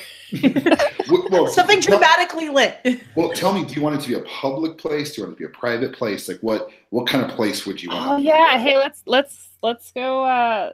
Let's get I don't know, coffee or a beer or appropriate beverage of choice. That sounds good. So this was a dinner party, so it's after hours. Something like a bar would be great, right? Yeah. Go to a bar. It's evening. Nice patio. Yeah. Perfect. Good. Okay. Is that the extent of your phone call? I think that's going to be the extent of the phone call, is arrange a meeting point to swap the documents out of this briefcase. It's going to be somewhere nearby. And Mercedes is going to go follow the directions. Is there, in fact, a car there? There is. Is there anything else that looks out of place or a little bit unusual to be around a car? This is a question. Meaning, is it possible that someone is waiting for you? Is it possible that there is someone around? Yeah, is there someone around? Is someone trying to see who is following through and getting these documents? Is this a setup? Great. So you don't have a move like check a sitch, right? Mm-hmm. Because this is first of all, Zakaria gets that move if they want it. But like this is not your let me put this like that's not what this game is about in some ways. But certainly you want to check around and see if anybody's looking out for you, right? So it sounds to me like you're going to push your luck. Like you're gonna show up to this place and you're gonna hope that you see whoever's here before they see you. Sounds like a plan. Push my luck with a 10. Bam! So as you sidle up to the alley right around where this car is, you see two guys sitting across the street from it at like a bodega kind of coffee little place. And they look like fucking narcos. Like they're not particularly clever. Like they're probably Guillermo's goons, right? And you don't know what their instructions are, but they're definitely watching the car. And they're definitely from Maria Elena's Cartel group, right? These aren't a rival group, are they? Yeah, they don't seem to you to be a rival group. They're not nervous about being here. Like this is their territory, more or less. And have I had interactions with these two in the past? No, you've never met these guys. Let's cut away from you. So yes, I need to rethink my strategy now. Great, cool. So, Martine, you have retired to your study. You have a bottle of liquor at hand. Your pages, the newest pages of your novel in front of you. What are you up to, man? I think I'm drinking far more than I'm writing. Are you going to lose yourself with a substance after you've already gotten into a fight at a party? I'm like up 3 stress already. It might be time. Might as well just. I mean, this night's gone to shit. I might as well just finish it right off. Just finish it off. Great, cool, yeah. So a couple of tequilas later, let's go ahead and make the move. Can you read it for me? We've already Kate's been shaming people left and right, but you're the first person to actually drop the hammer on the drugs or alcohol. Yes, thanks, dear. Lose yourself in a substance. When you lose yourself in a substance, roll with grit. On a hit, clear your stress track. On a 7 to 9, the drugs take a toll. Make a drug move off the list. On a miss, you're in deep. Okay, now notice the difference between shaming somebody and drugs. Drugs, 7+ clears your whole track every time. The only way you clear your track with shaming somebody is when you get a 10+. The drugs are cheap and easy, man. There's no consequences. Except for all the consequences. Except for all the consequences, yeah. Except for all the consequences of doing drugs. So. Okay, so my grit is 0. And I'm going to roll. And I got an 8. That's not bad. So you make a drug move off the list, your choice. Now it's tied to alcohol. So you need to tell someone what you think loudly and in public, let slip something to the wrong person, or wreck something meaninglessly or carelessly.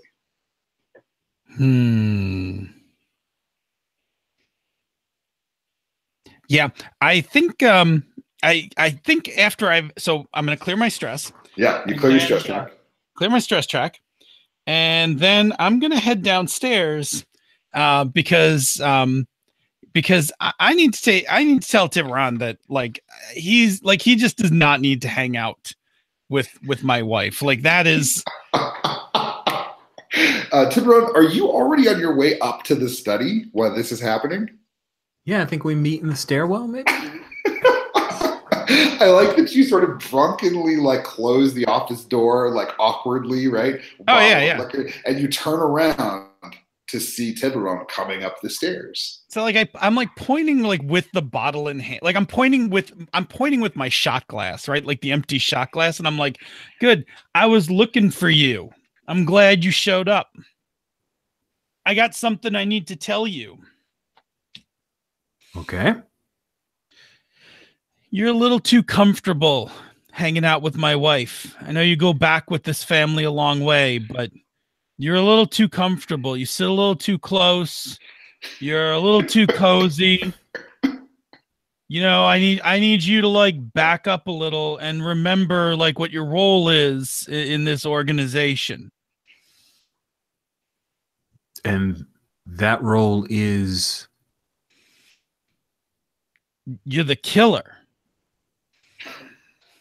You need to step back and you need to be watching out to make sure she's safe. That's why I came and got you out of Vegas.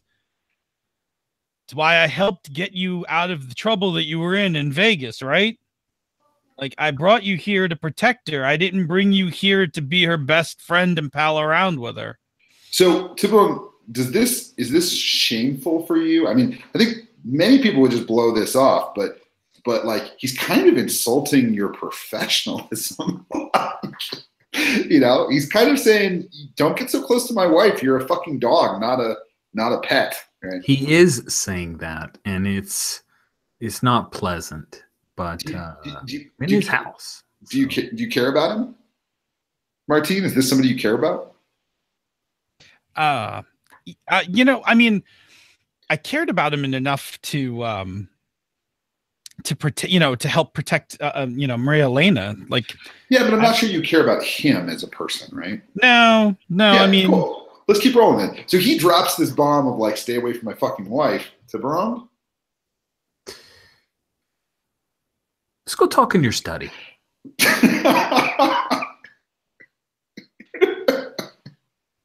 We don't want to have a. No, it's fine. Come on. You want a drink? You want a cigar? Come on. Come on in. What does your study look like? Is it orderly or is it wrecked? The kids play in here. What does the study look like? It's mostly so. My desk is orderly, right. Except maybe not so much right now. But the kids have a corner of it. There's crayons and a couple puzzles and some books and stuff off in the corner of it. But the rest of it, it's wood paneled, it's ridiculously masculine, right? In its design, but it has that mark of, the girls have colonized a corner of it. It's all dark wood. Yeah. Right? Like dim lights. I like that there's this kind of shot maybe from kind of a little bit of a distance where we see Martine and Tiburon kind of face off. And Tiburon has this sort of lean, animalistic, like death about him. And Martine is like, well, Martine, friendly. So it's not exactly great. I'm a bit too wasted to really understand the gravity of this moment. Right? Like I'm just rolling through. That's great. Yeah, Tiburon. This is nice. It's nice. She really set you up. Yes, she did. She did That's a very nice job. Plays for the kids. You keep them sometimes up here while you're riding? I instruct them in school every day. I used to be a teacher, remember? I remember. Drink, cigar, something? No, thank you. Okay. What are you keeping here? I move over and start to open the closet door where I've been told it's $20,000. Manuscripts.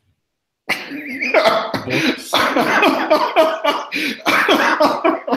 man! All right, so you have it under the floor, right? Like you've pulled up those floorboards, right? Yeah, I mean, you gotta move like the boxes of papers. You gotta lift up the carpet. You gotta like fish. You gotta like pull the boards out. Like At this point, I'm not.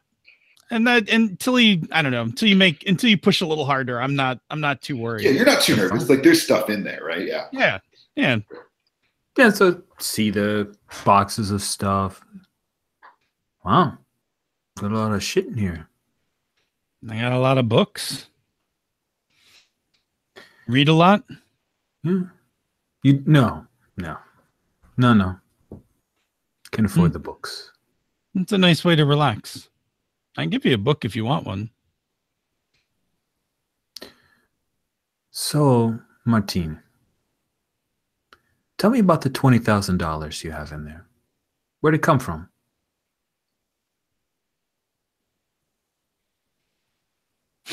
Oh man. Let's cut from there because it's beautiful, right? Let's cut back to Santiago and Riel, and then we'll get to you in a minute, Mercedes. But so that moment is like the commercial break, right? And when we come back, Riel comes out of the room. You got to get your stuff ready to go, but Santiago's still waiting there in the chair, arms crossed, drinking. Yeah, I'll open the door and ask him to come in, just because I'm tired of doing everything in front of people. Well, everybody's gone. It's just the two of you now. Okay. Yeah, everybody's left the party. It went to shit when your husband got hit over the head with the glass. You wanted to see me, Santiago? Yes, I want to apologize. For embarrassing you and your husband. I'm sorry. Well, thank you. I'm sorry too. My frustration with my husband, I took it on you.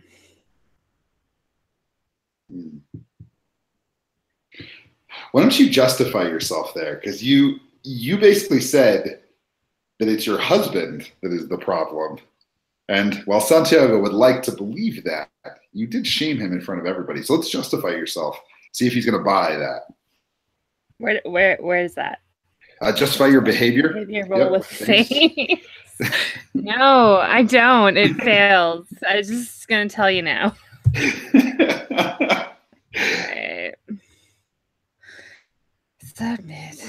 Actually, it's only with -1. You've apologized to him. He feels like amends have been made. It's still a 6. Perfect. He says, well, I can understand he would be very stressful. You know, you and I have not talked recently about what role he is playing in this organization. What role do you think he's playing? Well, that's the concern, isn't it? I have no idea. I don't know what he's doing or what he's up to. Or why he's writing. He's right. You keep a man around to write. He's teaching the girls. You keep a man around to teach your girls and write. Yes. Sister, come on, I don't believe you. Like, this is ridiculous. You know what a man looks like. It's like our father. It's a man. He runs things. He makes decisions. That boy sits up there and types on his little machine and teaches your girls. I don't believe you.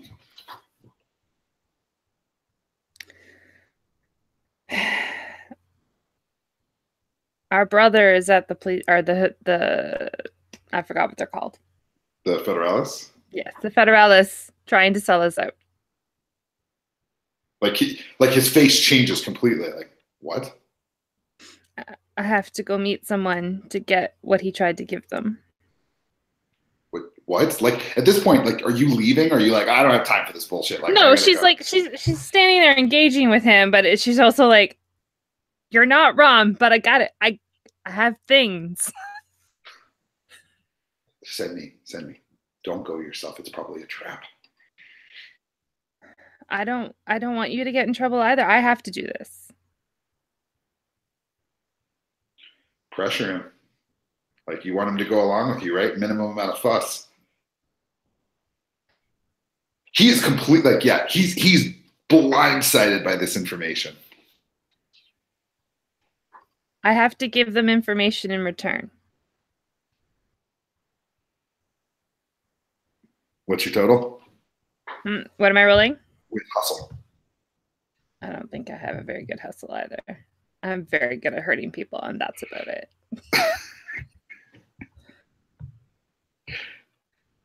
Russ 7. is a -1. 7. I got an 8. 7.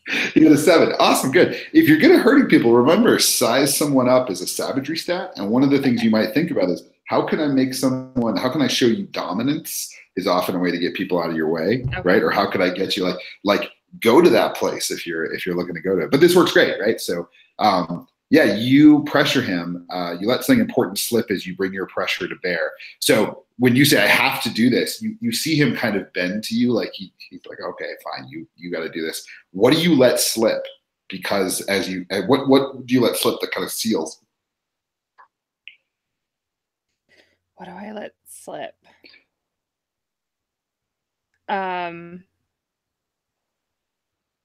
I think she said, well, you're not wrong about Martin.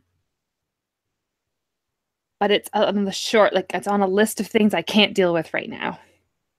Right. And we will deal with that later. All right. Go and deal with Flacco. I will stay here. Thank you. All right, great. And you head out. Wonderful. Mercedes, you scoped out these two dudes sitting across the street from the car.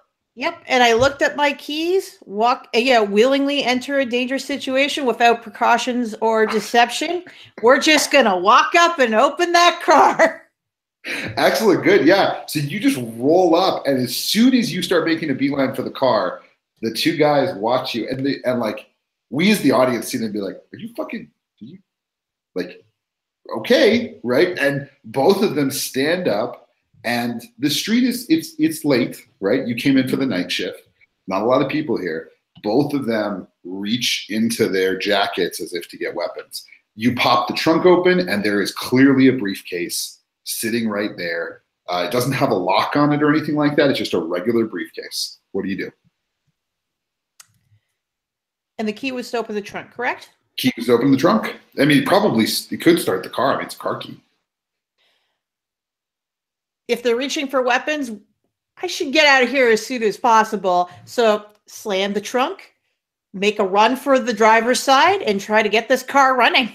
Yeah, that sounds like a push your luck. Like, they're not obviously, like, they're across the street from you at some distance. You might be able to get that door open, get inside, and start the car before they start shooting. Oh, yeah, I did. 11. Great, yeah. So you just sort of like very efficiently close it, open the door. Like, they're both like, you see one of them actually draw his gun, and you start the car. And where do you go? Do you just like floor it? Is that the? I'm gonna floor it, not immediately in the direction of the rendezvous point. Okay, cool, yeah. So you floor it, and one of them, like both of them, just completely confused, right? One of them starts looking around like as if like, what, like, do you have backup? Like what are you thinking? The other one opens fire and one of the back windows in the car like blows out.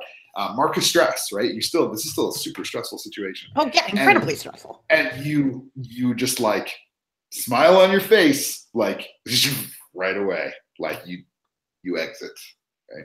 Perfect. Let's come back to Tiburon and Martine. Martine? Oh, the 20,000? Is that what you're here for, Tiburon? Does my wife not pay you enough?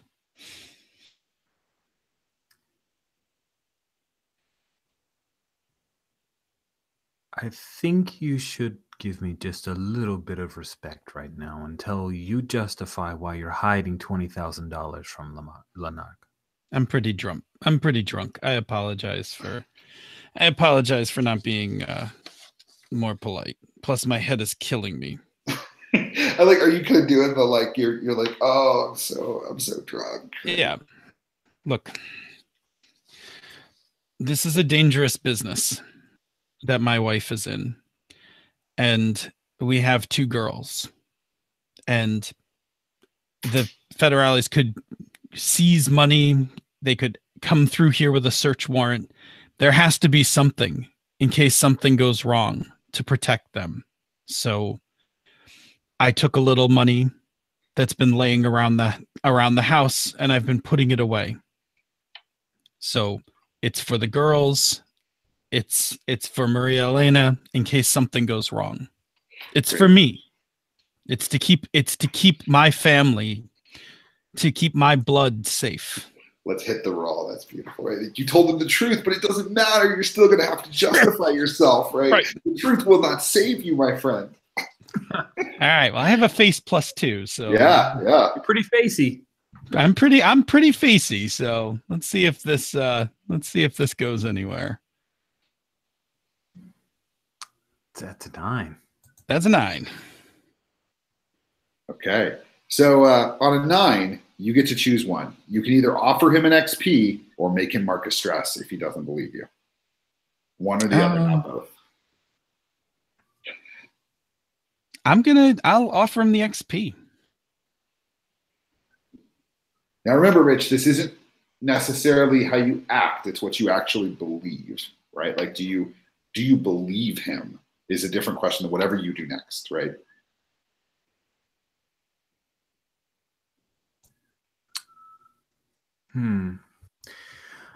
Martine, I take the XP. Martine, you understand that even your wife doesn't respect you. Nobody in this family respects you. Do you understand that Santiago sent me here because he told me that the $20,000 what you got is a payoff because you are Rata. You're not wrong. I know no one respects me. I didn't do what I should have when Maria Elena needed me the most. And I have been regretting it since then. As for Santiago, he has never liked me. I think he would like nothing more than to try to wind you up and send you my way to finish me off. I've never liked him either. I'm not going to try to make amends with him. He's my sister's brother, and I'll leave that as that, but I've never completely liked him. But you're not wrong, and I haven't done my part to help Maria Elena. I've tended to the girls and I've stayed out of her way, but I haven't been useful. I haven't been helpful like you have. And I don't know what I can do to win her back. When you say that, this like kind of touching moment of solidarity around Maria Elena's interests, you hear and behind you see Santiago with a gun. He says, Beautiful performance. Touching, moving. None of it's true, though. You're a weight around my sister's ankle. Tiburon, See. please move out of the way. Right? He kind of gestures for you with the gun to get out of the way of Martine. No. Santiago, step in the way. No. Not in their house. Mm-mm. All right. You're a professional, Will said. Let's take him away then. Me and you. Huh? Okay. Okay. And he gestures for the two of you to go out, downstairs to a car, like to wherever you're gonna go. Cool. Okay. All right, great. Cool. Let's cut to La Narca and La Polizetta. You two meet up at the bar. You see Maria Elena's there first. She didn't have to evade any hitmen to get here. And what does it look like? Do you wait patiently at a table? What does that look like when La Polizetta comes in? You're muted, Kate. I'm so not used to muting. I think I have a table. Great. Cool. Good. And And I think my back is to the corner. yeah, of course. You're not going to sit with your back to the door. Are you crazy? Right? I see everything. Yeah. Mercedes, do you bring the briefcase in with you? Like, what do you bring in? Oh, I definitely think there is that dramatic shot of Mercedes walking in with a briefcase and dusting off like a bit of glass that remained on her shoulder for That's when great. the back window got blown out. Yeah, that's perfect. Good, cool. Yeah, so you got the briefcase. You sit down at the table with Maria. Oh, I have a briefcase. You have a briefcase. Excellent, good. And yeah, they you can get a drink if you'd like, and go ahead. Yeah, I'm just gonna quickly order a drink and look to Maria Elena and say, do you remember our deal? Do you remember our bargain? Of course. Do you? Yes. What should I be informing my superior about? Well, is there someone in particular you're more interested in? Well, unless it's something hilarious like giving him a preview of your husband's next novel. I would rather not. I can give you a book of his poetry. Is it actionable? Some of it. Look, I'm willing to help pull some of the heat off of you if in exchange for maybe giving them a distraction so I don't have to release these, she says, patting the suitcase. I could give them some information. I want to size someone up. Yeah, go for it. Who are you sizing up? Are you sizing her up? Yeah. No savagery. Great, yeah. Savagery 2, hit it. Damn it. Wait, it's 5, 6, What? That's a 10. I did a thing. Oh. All right, cool. So you get 3 questions, and you have to answer them honestly, Mercedes. Okay.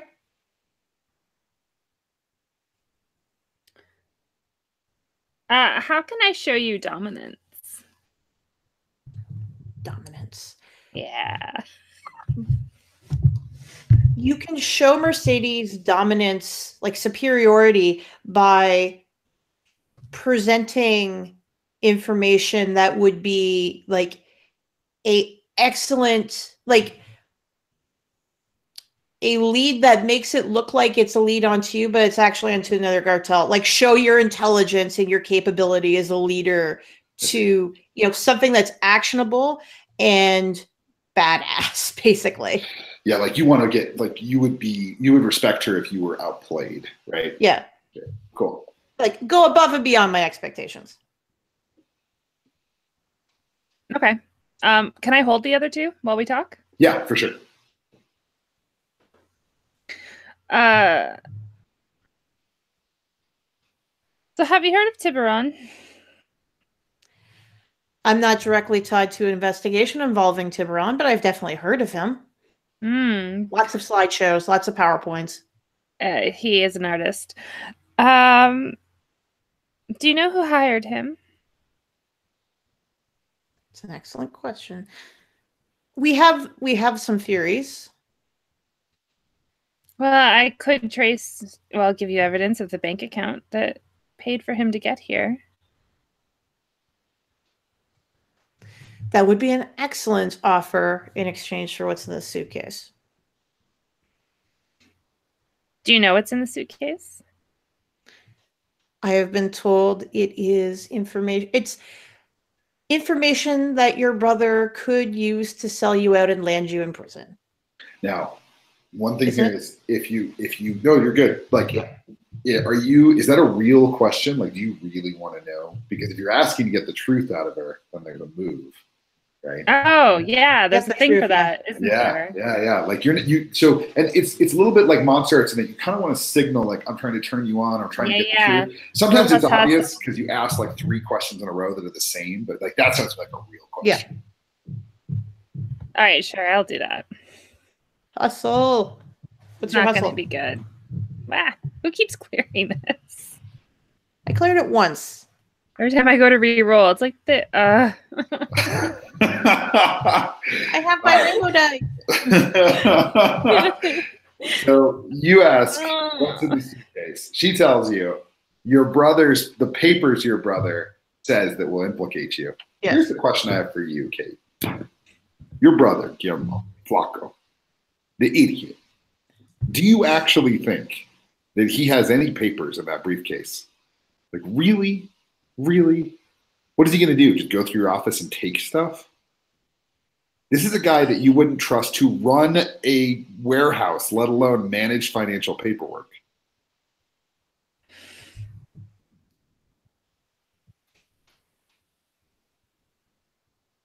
Hey, Mercedes, how could I get you to give me the briefcase without getting anything in return? I'd like the briefcase, but not have to give anything up. I don't want to give you anything. I want everything, but nothing. Well, I mean, what would it take? Oh, that's an excellent question.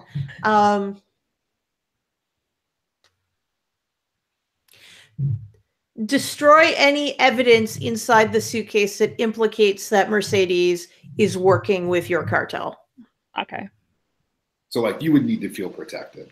I'd have to feel protected. It's like he also implied this was in here, or that's my understanding about what he implied. Are implied. I actually haven't opened it up to figure out which member of the department is actually implied. Yeah. Well, Mercedes, I mean, I could give you evidence, but maybe you should take the briefcase to your boss or your employer. I'm pretty sure there's lots of things in there with your name on them, too. She smiles and says, we gave your brother immunity that will go as far as our word. If I come back empty-handed, do you care what happens to your brother? Of course I care what happens to my brother. He's my brother. I would rather deal with him myself. You would look very incompetent if something were to happen to him in your care. It's true.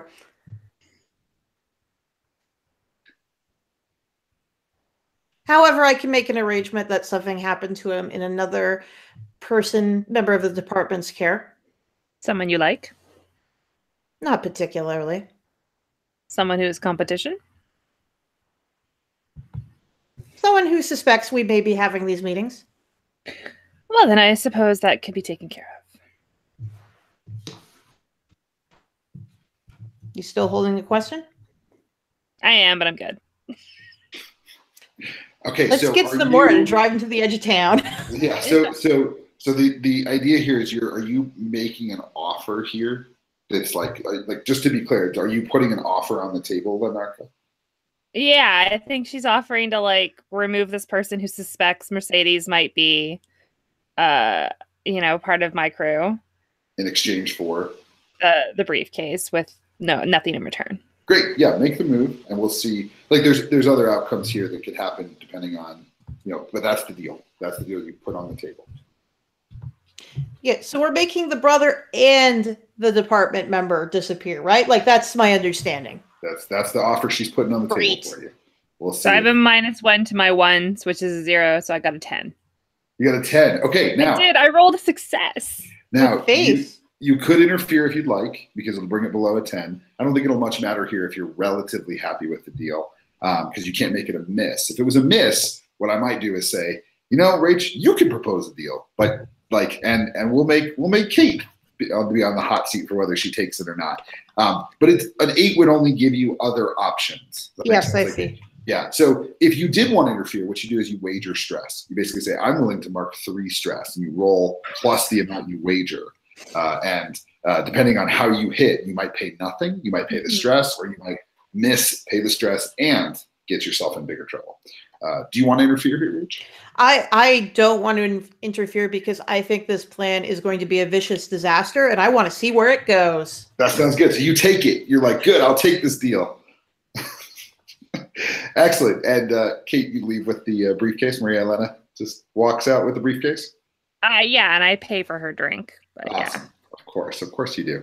Cool. So definitely mark an XP, because you dirty hand the shit out of this scene. Like, you did not need to be here, but you're here collecting the briefcase by yourself. Let's come back to Tiburon and Martine. So Tiburon, where do you kind of guide this? I mean, once Santiago thinks you're on board, he's like, yeah. Like, you take the lead. This is your thing, man. I'm just kind of, you're the artist. Yeah, I am the artist. If only I'd taken that move about the hiding the bodies. May I do something while you're before this leaves the my study? Yeah, totally. Sorry. Yeah. What would you like to do, Phil? So I'm going to stumble and stagger like I'm a little drunk, because I'm a lot drunk. Yeah. And then I'm going to take Santiago's gun away from him. Oh, perfect. So in the chaos of like everybody starting to move out of the room, you sort of stumble a little bit, and as Santiago tries to back up, you just run right into him and grab his gun. Yeah. So I'm actually going to use, if this is a push your luck, I'm going to use my Reina del Drama. Oh yeah, read it. Which basically means drama queen, right? Yeah, read it. Yes. So when you put on a dramatic performance to get out of a sticky situation, you can mark stress instead of rolling push your luck, as if you rolled a 10+. Yes. Okay. So I think it needs to be a little bit more dramatic. How about some crying? Is that cool? Actually, instead of crying, I think I'm going to pretend like I'm going to throw up. Oh, that's perfect. Yeah. Right. Because this is like, I can't believe it's like this violent. Like, you guys are going to kill me. Like, like, I can't believe you're doing this. I'm the father of your nieces. And like I stagger around, I take his gun away from him.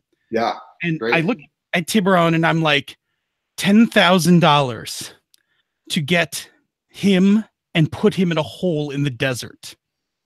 Perfect. Okay, so let's just be clear. So you mark the stress, right? And maybe you even like throw up a little bit, right? Like you throw up into the corner, and Santiago like comes over. He's like, "Come on, like be a man!" Like, and then you just whip around, grab the gun, and push him like, and he kind of like stumbles backwards and like crashes into the cabinet, right? And behind him is all of your books and stuff, and 1 or 2 actually like fall off, right? And he looks up at you, panicked, and you got the gun. Right, and you say $10,000. Let's go ahead and you're making an offer, right? Proposing a deal. I am, with a 2 face. Oh,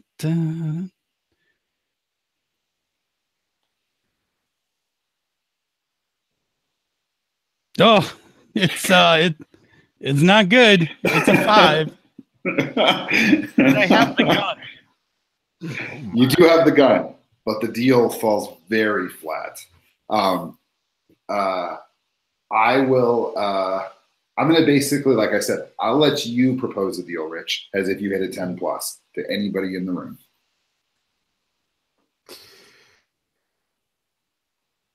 You can steal more money later. I need all of it. So $20,000, and he'll take care of this dude. I look at Santiago. I'm like, convince me I shouldn't put you out in the desert. He looks at you and just, you wouldn't fucking dare. I shrug. I'm having a shitty night, Santiago. I have to do something to win back my wife's heart. I'll show her that I'm a man. Okay. And do you shoot him? Like, are you going to do it yourself and Tiburon's just going to deal with the body? No. For 20 for 20 grand? No. I wish you all could see the chat. Kate is freaking. This is not going to work. Kate says, "I will end your life." Right? Yeah. All right. Here we go. Tiburon. Sad life. Your sad life. Sad life. Yeah. Okay. Sorry. So you take the deal then. So He's offered me the deal. And he looks Look, like no, it's you. You put the deal on the table now, right? Like you got the 10 plus. He either has to take your deal, 20 grand, or he has to mark stress. Which one is it, Phil? I cleared my track. I've got the gun. I'll mark stress. Okay. I just tell Santiago, I'm like, if you weren't my sister's brother, if you weren't my wife's brother, you would be sleeping in the desert tonight. Get your ass out of my house. Great. So you're pressuring. Yeah. Go for it. All right. Pressure, hustle. How's my hustle?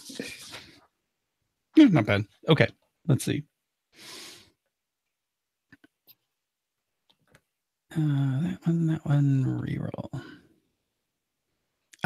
Let's see. That is a 8. Cool. So on an 8, you let something slip. What do you let something slip as you pressure it? What do you let slip?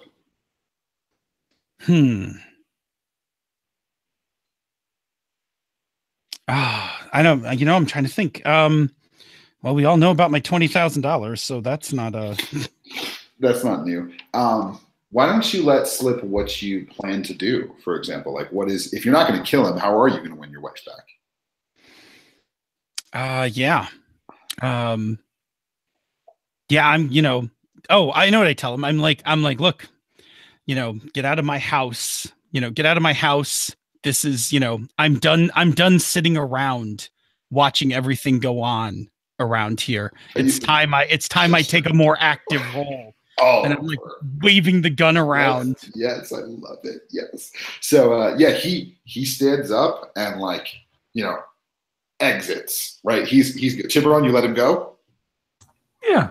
Yeah. He's gone. Right. Like out of the house, gone. Right. And the two of you are just left there. There's the lamp that's tilted over on the floor. There's the whole thing, right? I'm gonna I go to the closet. I push the box aside. I reach down. I'll take 5,000 out and give it to Tiburon. Okay. You could have easily put me in the desert tonight. You could have easily broken up that exchange. But you didn't. And I respect that. And I know what you get paid, so I hand him a wad of cash. Well, I'll take it. Yeah, totally. If you were to strain your finances, you would definitely have them. That's a serious amount of cash for you. Do you say anything before you leave him to his study? Martina, I want you to keep your word. What you said you were going to do for Maria tonight. Yeah, maybe this is a wake-up call. Yes. You hear one of the girls come around the corner, like the last of the glass out of my hair. Yeah, you hear one of the younger girls. What are the girls' names again, Kate? Oh, the youngest is Mariposa. Yeah, Mariposa. Sorry, yeah, Mariposa's like, Dad, right? And you see her, she's in her little sleep clothes and everything. Yep, I'll quickly tuck the gun into the back of my pants, and I'm like, I kneel down. I'm like, oh, hey, I'm like, Uncle Tiburon and I were just talking, and what are you doing up so late? Was that Tio Santiago? What's happening? Oh, just adults being silly, sweetie. It's you are up way too late, and I kind of scoop her up and look at Tiburon and let's hit that justify. Like you're trying to justify all this chaos around this kid. Does she buy it? Yeah, well, can I get the +1 when I'm oh wait, no, that would only be if I'm trying to get them to do the right thing. Nope. Oh yeah, you're totally trying to get her to do the right thing, right? Like go to bed, stay away from all this nonsense. Like that's totally take your +1. You're good. Okay. Which only gets us to a 6. Wow. Well, Tiburon, help. I look at Mariposa. Yeah, I'll help. Okay, cool. How much stress are you going to wager? Now, just to keep in mind, wagering 3 stress is like you're really going all out. Wagering 1 stress is like you help out a little bit. Wager 1 stress. Cool. That'll get her to bed. That's an 11. Bam. So you don't even pay the stress, right? Nice. You're good. What do you say that calms this kid, like, and maybe even reminds Martine that you're actually pretty good with family? Mariposa, don't worry. We were helping your daddy with one of his big books. Yeah? Yeah, great. Yeah. That's awesome. Like, maybe she even like shies away from you, Martine, but Tiburon picks her up and she's like totally fine, right? Good. All right, Maria, you're coming back to the house with the briefcase? Yes, I am. Awesome, good. We'll say as you pull up, you see Santiago and he's holding a bag with him, like, and he's getting into his very expensive car, and he's like, "Fuck you, fuck your husband, fuck this." What's going on? Calm down. He like gets in the car and like starts it. No, Santiago. He rolls down the window. You want to push on him? Like, what are you trying to get out of him? I'm gonna read him, size him up. Yeah, size him up. Go for it. Yeah, go for it. Yeah. Dice never work well. Reroll. 12. Great. Yeah, 3 questions. Go for it. What are your current weaknesses? Oh, he is losing his shit. Like what? Like this family is the worst. He is like you've seen him like this before. He's just gonna like go off and do something dumb, like run away. Like he just something bad happened. What does he wish I'd do?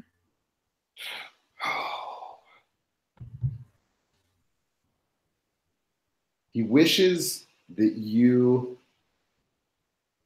can tell this is about Martine. He wishes that you would get rid of him and get with somebody that would be good for this family.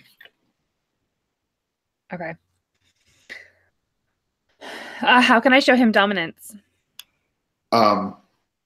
Like I think a straight up like slap across the face, like actually like turning to violence and like putting him in his place would be the best way to show him that you're actually in charge. Or you can let him roll out.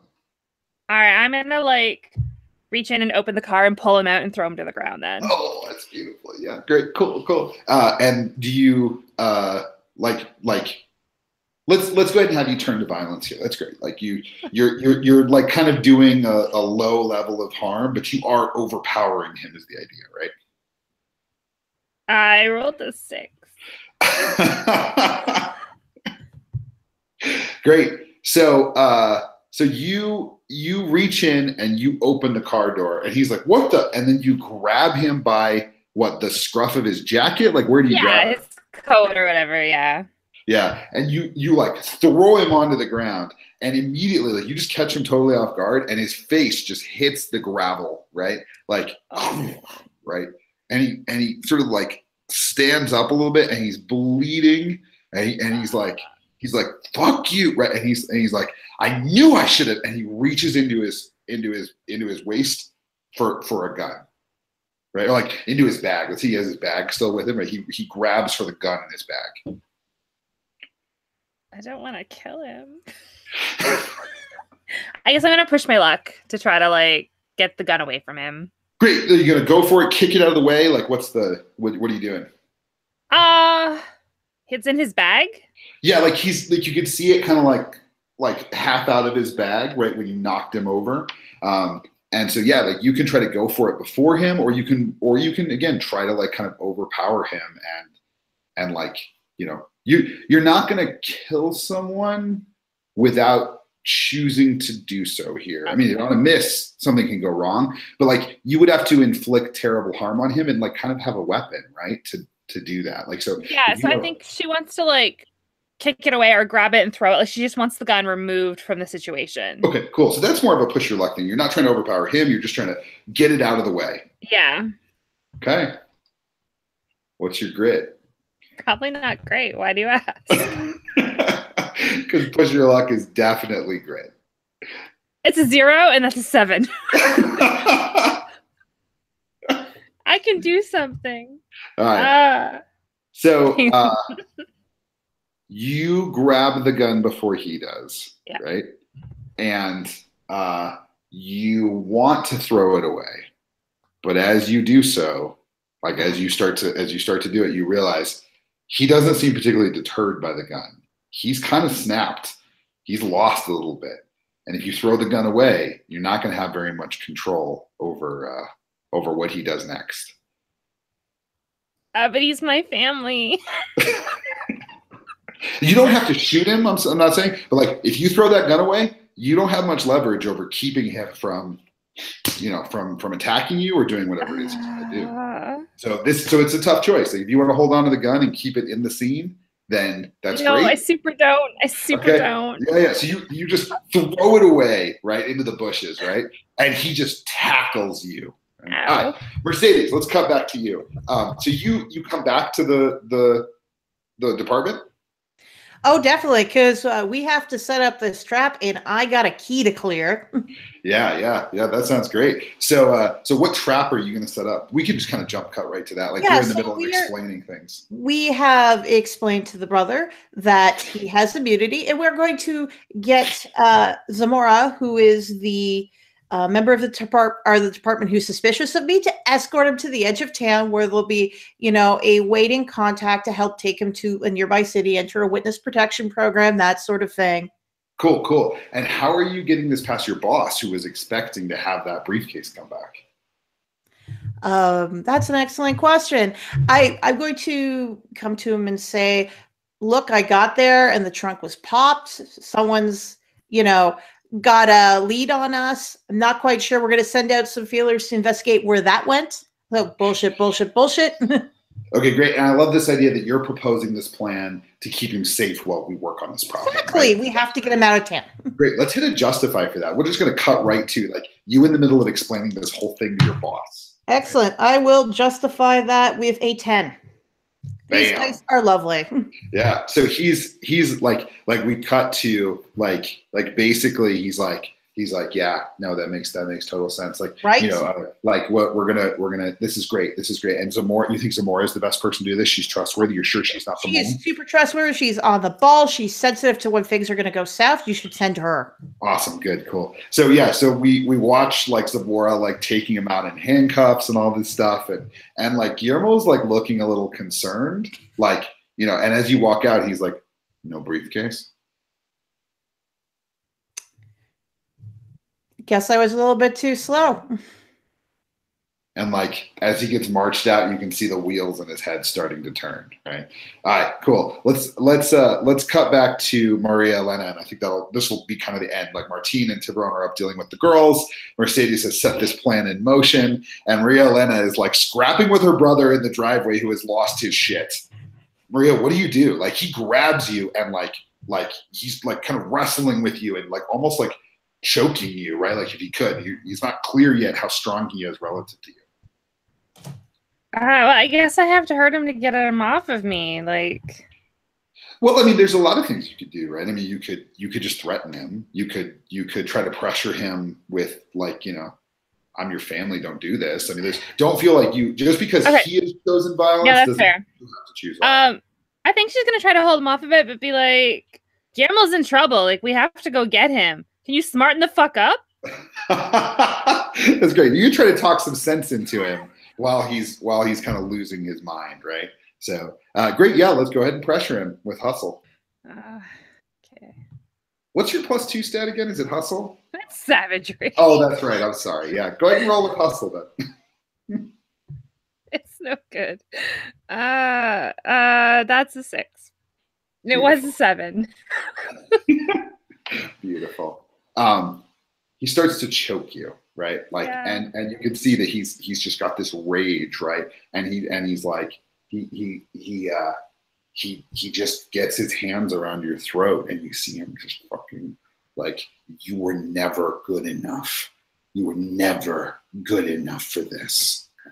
Tiburon, you're putting the girls to bed, and Martine is kind of like still. Have you spent this entire session drunk, Phil? I think you may have spent this entire. Yeah. Is there any chance I hear the scuffle outside? Well, Tiburon, you see it out through the, like, you're in the second or third floor of the house, like probably second floor, and you see in the driveway that like, oh my God, seriously, Santiago is choking, like seriously on top of someone that you think probably is Maria Elena and choking her. I will take off like a shot, like leave the kids. I'll be right back. Yeah. And then I'm booking it as hard as I can. Yeah, Martine, you maybe look out the way, like it's pretty obvious. Like you look out, you can see it too, right? Like, so if you're right behind him, you're right behind him. I'm right behind him. I still got the gun, right? Like, yeah. Great. Maria, you feel, so first of all, mark stress. I don't know, what's your stress at right now? It's now at 3. It's now at 3. Great. Okay, cool. So you're starting to black out. Like he's not big. He's not Guillermo big, but he's probably heavier than you, and you are starting to lose consciousness. What do you do?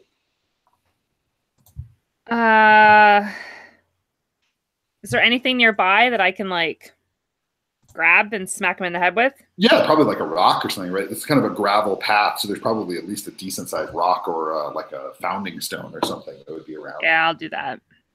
Just gonna give him a good old smack across the noggin. No, wait, 5, 6, 7.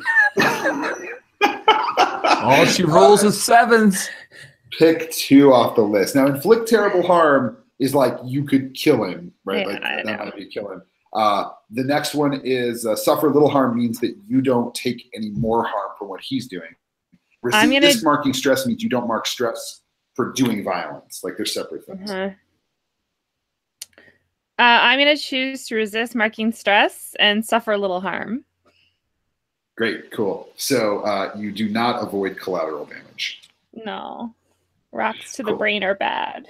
Well, that wouldn't be collateral damage. That would be regular damage, right? So you just grab the rock and you're like, bam! And he stumbles off of you, right? Bleeding outside the head, like immediately kind of like collapses to the ground. And you hear this kind of like, right? As he like starts to fade out of consciousness, and your eyes are all blotchy, like you're not entirely sure what's going on. But as you roll over, you look up and you see that both your girls are at the window now. They totally saw you brain your brother with a rock.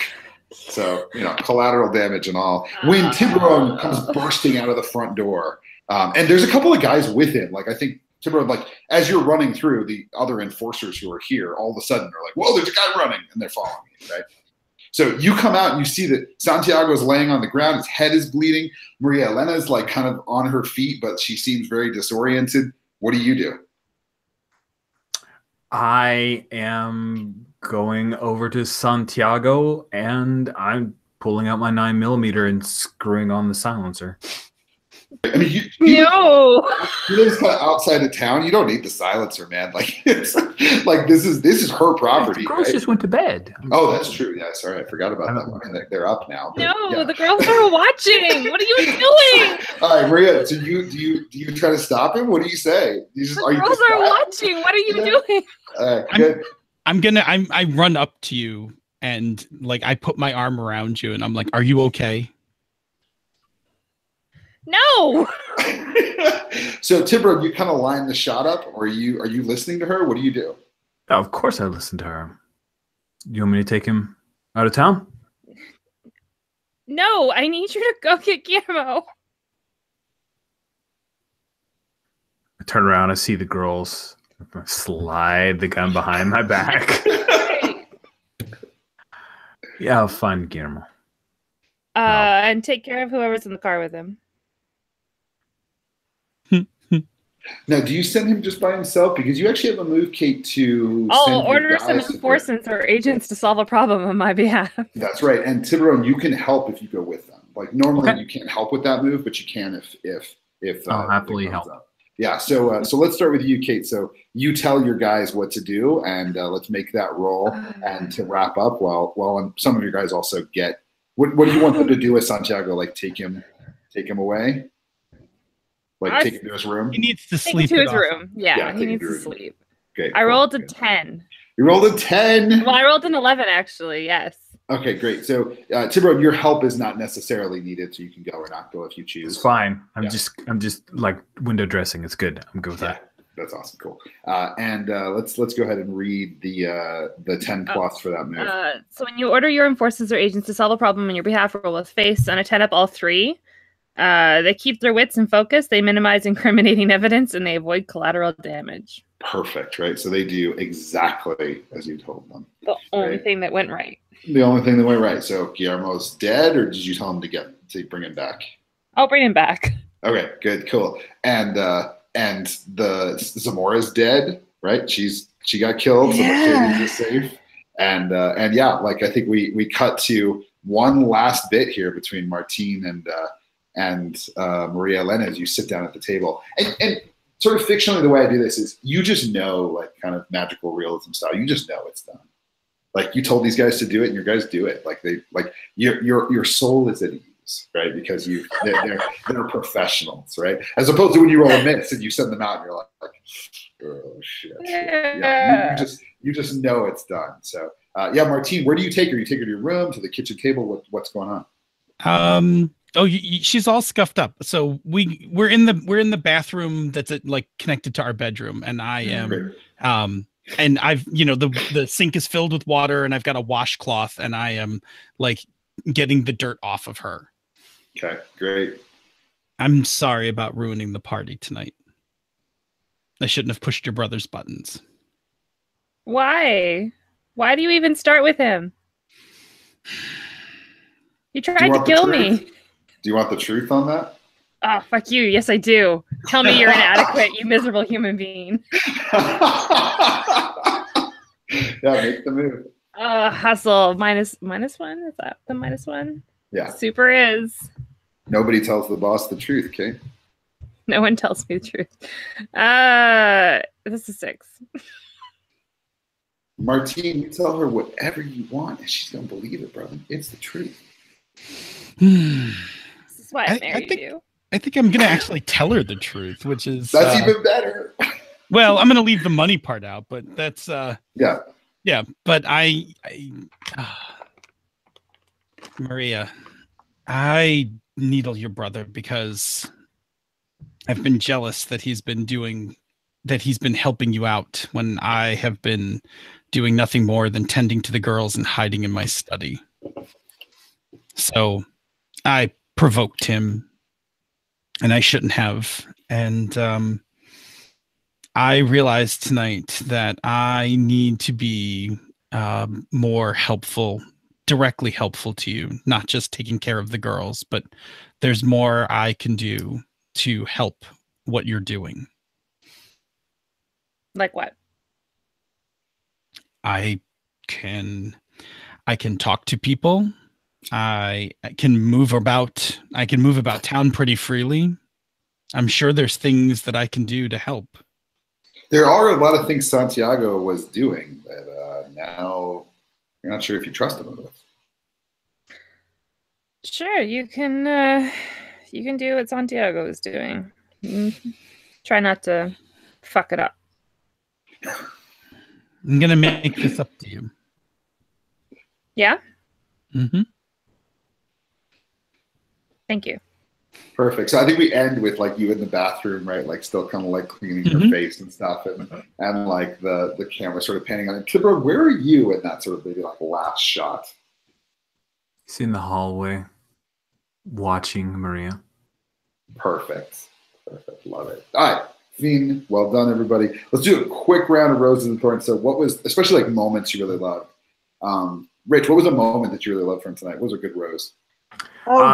Moment of Phil's reaction when I just was like, out with it. Here's the 20,000. It's a one shot. There you go.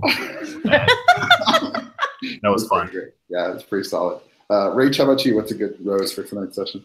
Oh, definitely love the scene with Kate and I in the bar and that exchange back and forth. Yeah, I love that a lot because it was like the two women are doing all the shit and the men are having this emotional conversation at the house. And I'm like, I love everything about how these tropes are being inverted. Yeah, totally. And there's another thing here, which is different groups kind of involve different levels of mechanics. Like sometimes there's a lot of focus on getting the truth or there's a lot of focus on violence. I've never had a group focus this much on making offers to each other. It was amazing. Like the whole negotiation between the two of you was awesome. Like, how do we get to a deal? And then there has to be that moment where you fold. Like it was fantastic scene. Phil, rose for today? I really liked that scene too. I really liked the deal that pretty much sealed up the fate of Rachel's partner. Like that was great. Like she just wholesale sold him out. Like just gone. It wasn't the partner. I like them. It was the person who was suspicious of me. Yeah, I mean, but you just completely sold him out. It was brutal. And Kate, what about you? What's your rose for tonight? I super loved the scene between Tiburon and Martin with like the don't fuck with my wife and him being like, let's go to your room in private where I can kill you. Like, yeah. It was super tense. Like I could feel it over here. I was like, I'm so uncomfortable in the best way right now. Yeah, totally. Yeah, my rose for tonight was, so I wrote about gender on the Kickstarter page, like, there's this weird fruitful void around gender, right? Because people are inverting roles by taking them, but that's actually allowed within this like second world culture. Like you're the boss, like everybody agrees you're the boss, but you're also a woman. And then there's this kind of like macho thing that's put on top of that. And tonight really engaged that in a productive way around all these expectations of like what people were supposed to be doing. And that was really cool for me as a GM. It was fun to play with. So yeah, any friction, Rich, any thorns, any points where, or even just stuff you'd like to see in session 2 if we did it? Oh gosh. I think we all headed things off really well. I don't know if the session 2 would be nearly as fun as this one was. So from a thorn perspective, I think there were some points with certain players kind of sitting idle for extended periods. It was a little imbalanced in scenes, but sometimes it just happens that way. That's why I was really happy that I was able to kind of tie into the scene with Phil. Yeah, I was really happy that we got the scene between La Polizetta and La Narca because it tied in the stuff you were doing, Rach, right? Which I would have really hated to just be its own thing. But the way that it tied together brought that a little bit together. Rach, how about you? Any particular thorns or stuff you'd look forward to in the future? No particular thorns. I would like to see in the future how the key system advances because I am no longer naive. I helped set up a trap. I don't think I could claim naivete anymore. You're done. Yeah. So first you get to mark an advance, the advance you want, and then you get a new key, either the third one on your sheet or one off a list that's neutral. Awesome. Or you can take one from somebody else's playbook. So if you wanted to take duty, great, that's wonderful. Or you could take mercy or indomitable, like whatever you think fits your character. And so that helps to craft an arc for how your character's story is going over time. Great. Cool. And I love the losing naivete, right? Like they're done with that now. Time to do something new, right? So it's really cool. Phil, any thorns for tonight?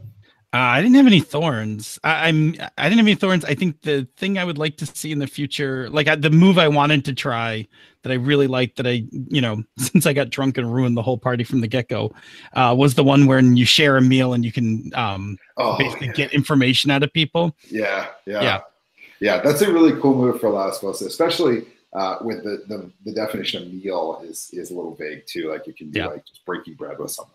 But I was totally cool that I got drunk and like kind of, went nuts at the party. I was also not upset that happened either. That's great. Kate, any thorns for today? How many fails I rolled? No. It's a very high number of fails for La Narca. It's not a thorn. I think I would have enjoyed seeing like the confess your sins or just show to beat down, like a couple more of the stress moves and how they function. I know I verbally abused people everywhere I went, but I think they're really interesting, and I would have liked to see. Yeah, I think it would have been interesting. I actually wish I had thrown out a little bit more stress, I think, in one or two places where people were in tough spots, because that's the key. You guys are so good at creating scenes. Like, you're very experienced role players, so I don't need to do as much to make each scene interesting. But for example, if you were already at 5 stress, what I could have done, Kate, was when your brother was kind of down and out, I could have said, now it's time for a stress move, and called for a stress move that you would have been like, okay, well, normally I wouldn't dish out a beatdown, but the GM's forcing me into a stress move, so it's time, right? Yeah. And that's when you end up like dishing out a beatdown to your brother in front of the rest of your staff, right? And that kind of is one of those moments that might solidify you as Lenarka in front of everybody else, right? So that's kind of a thing for me as a GM to remember. Good players need stress too, right? Like, there's like when players are creating interesting scenes, I still got to ratchet up the long-term tension. So, but thank you all very much. That was awesome. I mean, it was like a little, it very much felt like the first episode to me, where now it's like, oh, Martine's like making his move. Like, what does it mean, right? I'm excited to see you all do this stuff. It's a lot of fun. So, thanks. Thank you for running. Thank you so much. Thanks, Mark.